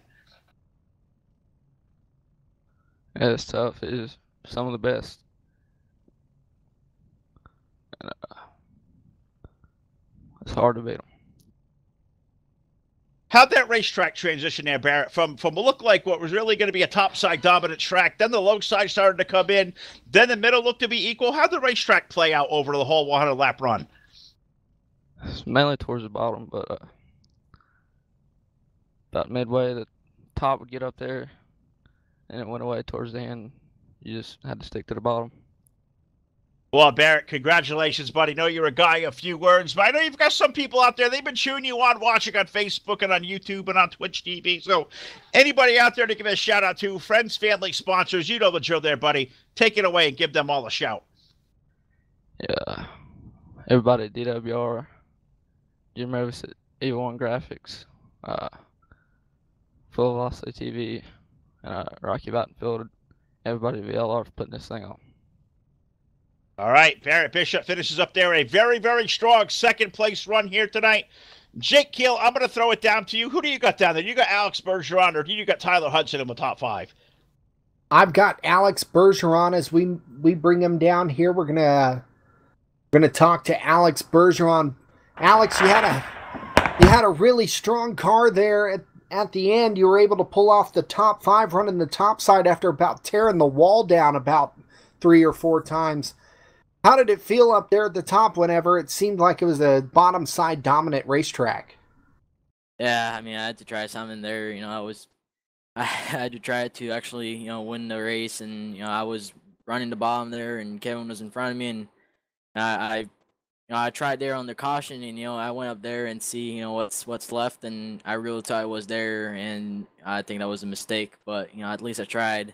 I had a good run there an hour when I was back in third, and actually I went low, but I stayed high, and I mean I'm not mad about the position because I tried everything I had, and that's how I ended up. Went to eighth to like second, and then we fell back to fifth. So it's all good. I mean it was a good race. Thanks for everyone to putting this race up. It was an amazing race. Well, you certainly put on a show up at the top side. We kept on taking a look back at you as you were tearing the wall down through 3 and 4, and man, you really made that top side work when nobody else was really making it work. Is there anybody you want to thank for this big top 5 in the Turkey Gobbler 100? Well, definitely Team Twisted. I put a lot of practice this week. Trying to get this thing ready. Have a good amount of laps and see the track how it goes. And then all my partners and sponsors, newbie.com, Sign Shop Bikinis, BK Designs for the amazing paint scheme as always. Their collective, and my rink for being on the car and supporting us as always. And you guys for broadcasting. Thank you very much, Alex. It was great talking to you tonight. Congratulations on the top 5 run. Not easy whenever there's 120 drivers in the event tonight. So thank you for coming out, and good luck on everything you're about to do. Absolutely. Thank you, guys. All right, Phil Lacasse, Todd Stanton. I know one of y'all is standing down with somebody down there. Who do you got over there? You got Kevin Dedman, you got Tyler Hudson. Who's it going to be? All right, well, I got Tyler Hudson over here. I'm going to run down here and talk to Tyler. Anytime you get near Tyler Hudson, there's a crowd always around. But he had a great top 5 run. Tyler, talk about that run there, those closing laps. I mean, some of the best that dirt racing world can find here in iRacing. You guys all throwing dirt, trading paint out there. Tell us about the run over that 100 laps. That was a lot of fun to watch. Yeah, it really was. First of all, just thanks to Team VLR and all the guys that put on this event. That's pretty dang cool. But yeah, I've never been in that competitive of a street stock race. I started 24th, and I just couldn't go anywhere. It was just like Talladega on dirt. It was nuts. But we just inched our way up there one by one slowly, and then got beat around a few times in a couple accidents. And at the end there, I was turning about 30 degrees to go straight, and in the corners I was probably about 110 degrees to get through the corner. So I was really just hoping that race would end, because I didn't know if the car was going to hang on much longer than that. But it's pretty fun. It all worked out. Alex Bergeron went to the top there at the end to try some stuff. I knew he wasn't going to just ride there, but I was happy where I was, so I stayed on the bottom and just took what I could get and got that spot when he moved up, or he would have beat me there. But congrats to Kevin on the win. That's pretty awesome for him to win that race. Oh, absolutely. That was cool to watch all you guys going at it out there for 100 laps at Knoxville. As you said, these street stocks, that's a long race of one of these cars on such a big racetrack. For what looked like a racetrack that was really in good shape to start with, 3 really equal groups, Tyler. How did that track transition over 100 laps, and how did it treat all you guys out there? It really looked to get slick, and you guys are really holding on by dear life, and it looked to get really tough to pass there those last 25 laps. Yeah, it's pretty interesting. As much as people were running the bottom, in the prelim servers earlier, the other races, the bottom went away, and so it never really kind of did that tonight, which was kind of strange, as much as we were all using the bottom. But I'm sure broadcast TV, whatever, doesn't do its justice on just how much you're pedaling those race cars. Even though it's a street stock, low power, I'm like all the way off the throttle and braking and just eggshelling it through the corner, and you want to come off as straight as you can to get a run. And when everybody's fast like that, it's the small things that really matter. So it's a lot of work, but a lot of fun. And even though it's a slower street stock, not much power, and it's real heavy, you still got to be very smooth on the throttle, smooth on the steering wheel, and so the small things are huge. So it was fun though that a couple guys. If you were on the middle and there were some guys under you, you could kind of maintain or get a run, but nobody could really go up there to make a move, and I think that was the biggest thing. So I just tried to stick to the bottom, and when they'd move to the top, I'd try to get under them. Well, brother, it was a really, really good race for you guys out there. That was a lot of fun to watch. I know you got a lot of people out there watching. It's anytime you get to the pit area, be a part of one of these cool events. This one was really neat. A lot of people out there watching, friends, family, sponsors, whoever you got out there to thank Tyler. The floor is all yours here on Full Velocity TV. Salute them all now. We've had great crowd watching on Facebook, YouTube, and Twitch TV all night long. That's pretty cool, man. I appreciate all those people tuning in to watch this race. That's it's pretty neat. I'd like to thank John Ada with Ada Sign Wraps. He put me a brand new paint scheme together for this event, and it was the prettiest car out there, I have to say. And you can check him out on Facebook, adasignwraps.com. Get your own schemes. He's the best. He's been doing my stuff for like 10 years now. Thank One Up Motorsports, all the guys over there, Josh Lawton, Darren Haskell for testing with me this week, preparing for this race. A lot of fun working with those guys, and of course Team VLR for putting this on. iRacing, you guys for broadcasting it, and we'll maybe see you in the next one. All right, well, we hope so. Tyler Hudson brings home a very solid top 5 effort tonight here in Knoxville. We've got a lot of guys now. We've talked to a lot of guys here in the post-race show. This race deserved all of that, but there's one guy you want to talk to with the sim racing community on Full Velocity TV. I know Todd Stanton is down at Victory Lane. He's got the number 5 of Kevin Dedman, tonight's big winner, and I think he's also joined by Rocky Batfield down there, who I think has got the big jet to present. Yeah, down here in Victory Lane with Kevin Dedman picking up the win in that number 5 machine. And I tell you what, you put on a fantastic show here tonight, and a Cinderella story for that number 5 machine. Tell us about your race here this evening. Man, I was so excited. This is my first win on a VLR hosted race, and I picked a good time to do it, I guess. That was just an awesome race, and I want to thank all the guys at VLR for putting it on. How nervous were you those last few laps? You had Barrett Bishop knocking at your door every one of those laps, and you had to feel him there. Yeah, man. Barrett drove a heck of a race, and I mean, we ran it as tight as we could, and I was definitely blocking him. In the words of Jason Johnson, I just want to win here at Knoxville, man. And Barrett's old North Carolina boy too, from right down the road from me, so it was great to bring it home 1-2 with him. How does it feel to compete and beat some of these competitors? You know they got pro licenses. You know they run the late models. And it seems like the great equalizer. The street stock division seems like the great equalizer. A lot of those guys that were heavily, heavily favored or have ran in the pro series here on dirt, how does it feel to beat those guys? I mean, it's got to be a great feeling. Yeah, man. Well, I actually ran the Pro Series too. You might not know that because I didn't run too well in it. I was just running it on my own, making my own setups and stuff. But I told these guys, some of the guys at VLR, Howard and those guys, I was like, man, I feel like if I get in a fixed setup, I can run with anybody in any car. So I feel like I proved that tonight. Well, no, I know you raced in it. You may have not done well, but at least you made it to that Pro Series level, and you had. I got to watch a little bit of it, but not as much as I wanted to. I tried to make it myself in 2 races, and I was out. I knew I was overdoing my limits, as I need to stick to the street stock division. But a great race here for you tonight.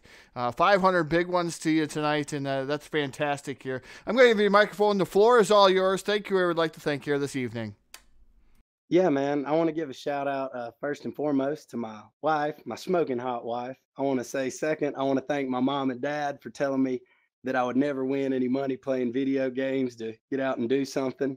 And then I want to say a special thank you to my band, Dirty Grass Soul. In the daytime, I'm a singer by trade. Well, in the nighttime, I guess, playing a lot of clubs and that. So y'all, if you're watching on the live stream, please go check out my band, Dirty Grass Soul. We're out of Shelby, North Carolina, play some country and southern rock music. I also want to thank the guys at 3D Racing. Those are a lot of my friends on that team. And I want to say thank you to Ken Skins, Cedar Creek Beef Jerky, Bill's Donuts, and I also want to say I was running the Night Stalker scheme for those Carolina folks down here. I had the Night Stalker throwback to old Billy Bishop, grew up watching him and some of those guys throw down at Cherokee Speedway and Gaffney. So this win's for all my Carolina folks. Like I said, fantastic win here, picking up the win tonight. The driver of that number 5 machine, Phil. Do you have anything for him? Do you want to talk to him? Does Jake want to talk to him? I tell you what, we all would like to be in the position he's in right now. Oh, God, you absolutely right, man. Kevin, congratulations, buddy. Holding off some of the absolute best that this world of racing has ever kind of found out there. God, how hard are you holding that wheel those last couple of laps? Knowing that Barrett's got one more shot to make. You got hot shoes like Howard and Alex and, you know, all those guys back there gunning on you. I mean, how tight are you holding that wheel to those last 5 laps? I can't imagine how much I'd be sweating. But you're a guy who runs a Pro Series. I wonder how you feel about that. No, man, I was gripping. I know I had white knuckles there at the end. And, you know, I was kind of praying that it went green because I thought I kind of had it, you know, when we were approaching like 10 to go and stuff. And then when the cautions started coming out, man, that was torture, having to restart after restart. But I think when it finally went single file, that kind of helped me, you know, get a little bit of a lead built up. And then I was just protecting the bottom. And I was married to the bottom all night. I never moved up off of it. I don't think I turned one lap that wasn't around the bottom. So I made up my mind from the beginning. I was like, if I lose this race, it's not going to be from somebody driving under me. Jake, talk to this guy. What do you got for him? I mean, you got to be impressed with the effort he put out here tonight, laying it down with some of the best out there and holding off the very best to bring this sucker to victory lane. You got to be proud of this guy. Oh, yeah, it was a great run by the driver, the number 5. Kevin, I mean, you did everything you had to do. You ran the bottom to perfection and held off everybody there at the end. Did you think that, you know, there might be someone coming up on the inside that might be able to take that away from you there at the end?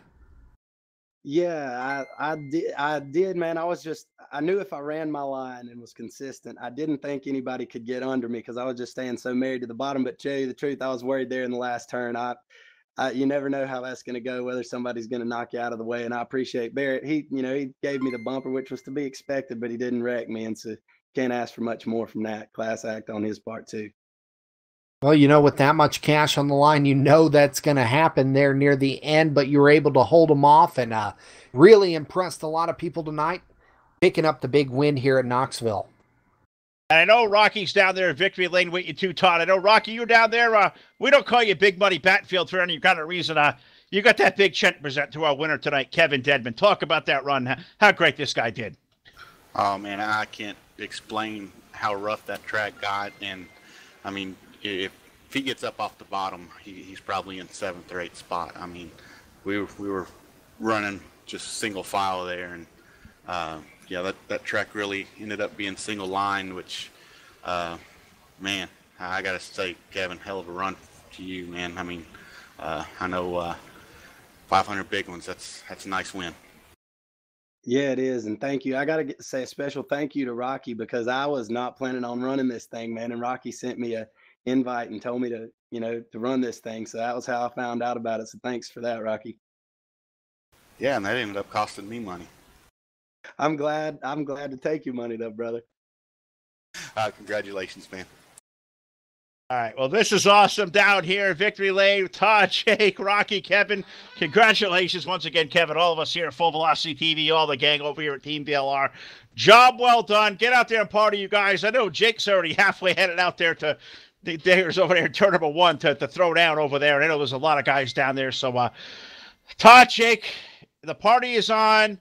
The Gobbler is behind us, and I think I know what we had big expectations and whatnot for it, but Jake, this lived up to every bit of what it did. What a great job by these guys, and you can't say enough about Kevin and Rocky and all these guys. What great racing, and Cinderella story down there at Victory Lane is always a feel-good story.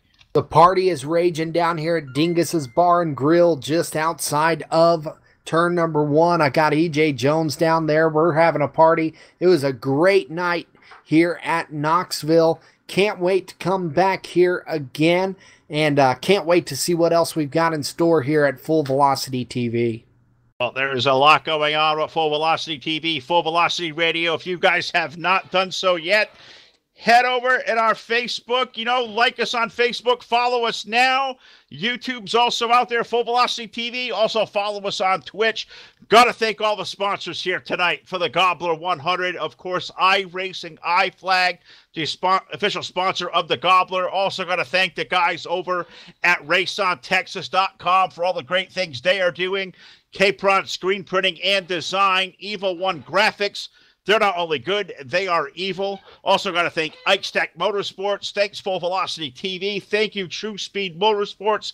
And also special thank you to iRacing Dirt Painters. Got to thank our presenting sponsors here tonight, Spadafora Firearms, iRacing, IFlag, the entire group over here at Team VLR. An awesome night.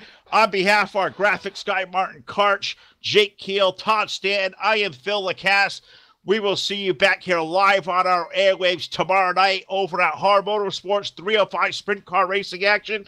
And then a trip over to the Indianapolis Motor Speedway for the 9th annual Indy 500K with IORL. So pay attention to our social media.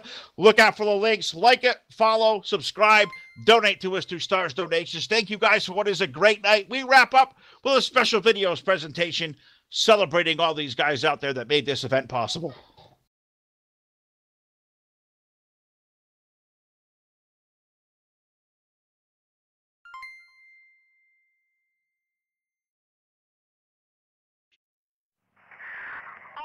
Officers, there's an officer shot. There's an officer shot. He's still breathing. 823 Sam, I need medics. Make it to 45th and University. I got an officer down with a gunshot, one to the head near the left ear.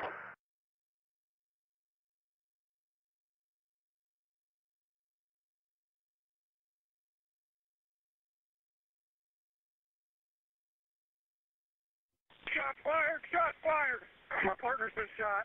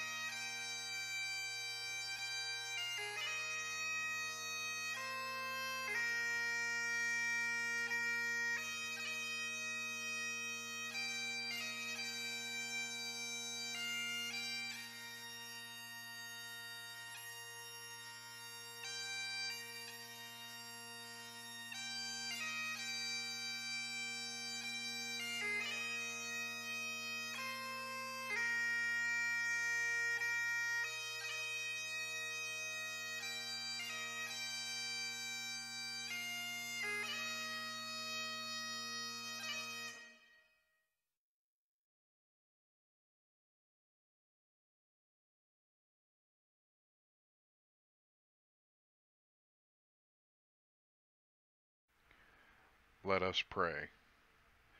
Dear Heavenly Father, we'd like to welcome the drivers who have showed up today to honor a great cause. This cause being the sacrifice our men and women who put their lives on the line for each and every one of us each day. We ask that you protect them and comfort them as they climb into their patrol cars to protect us from harm. And most of all, we pray to you to bring them home safe to their families and loved ones. To the fallen officers, we honor you today and thank you for the ultimate sacrifice you have made in the name of good and decency. We pray for you and your families and your loved ones. We ask that you heal the pain of the families and loved ones of the fallen officers. May the roar of our race motors today act as a signal to the officers who are with you now to reflect that we as drivers, race fans, and most of all as human beings, we will never forget. Amen.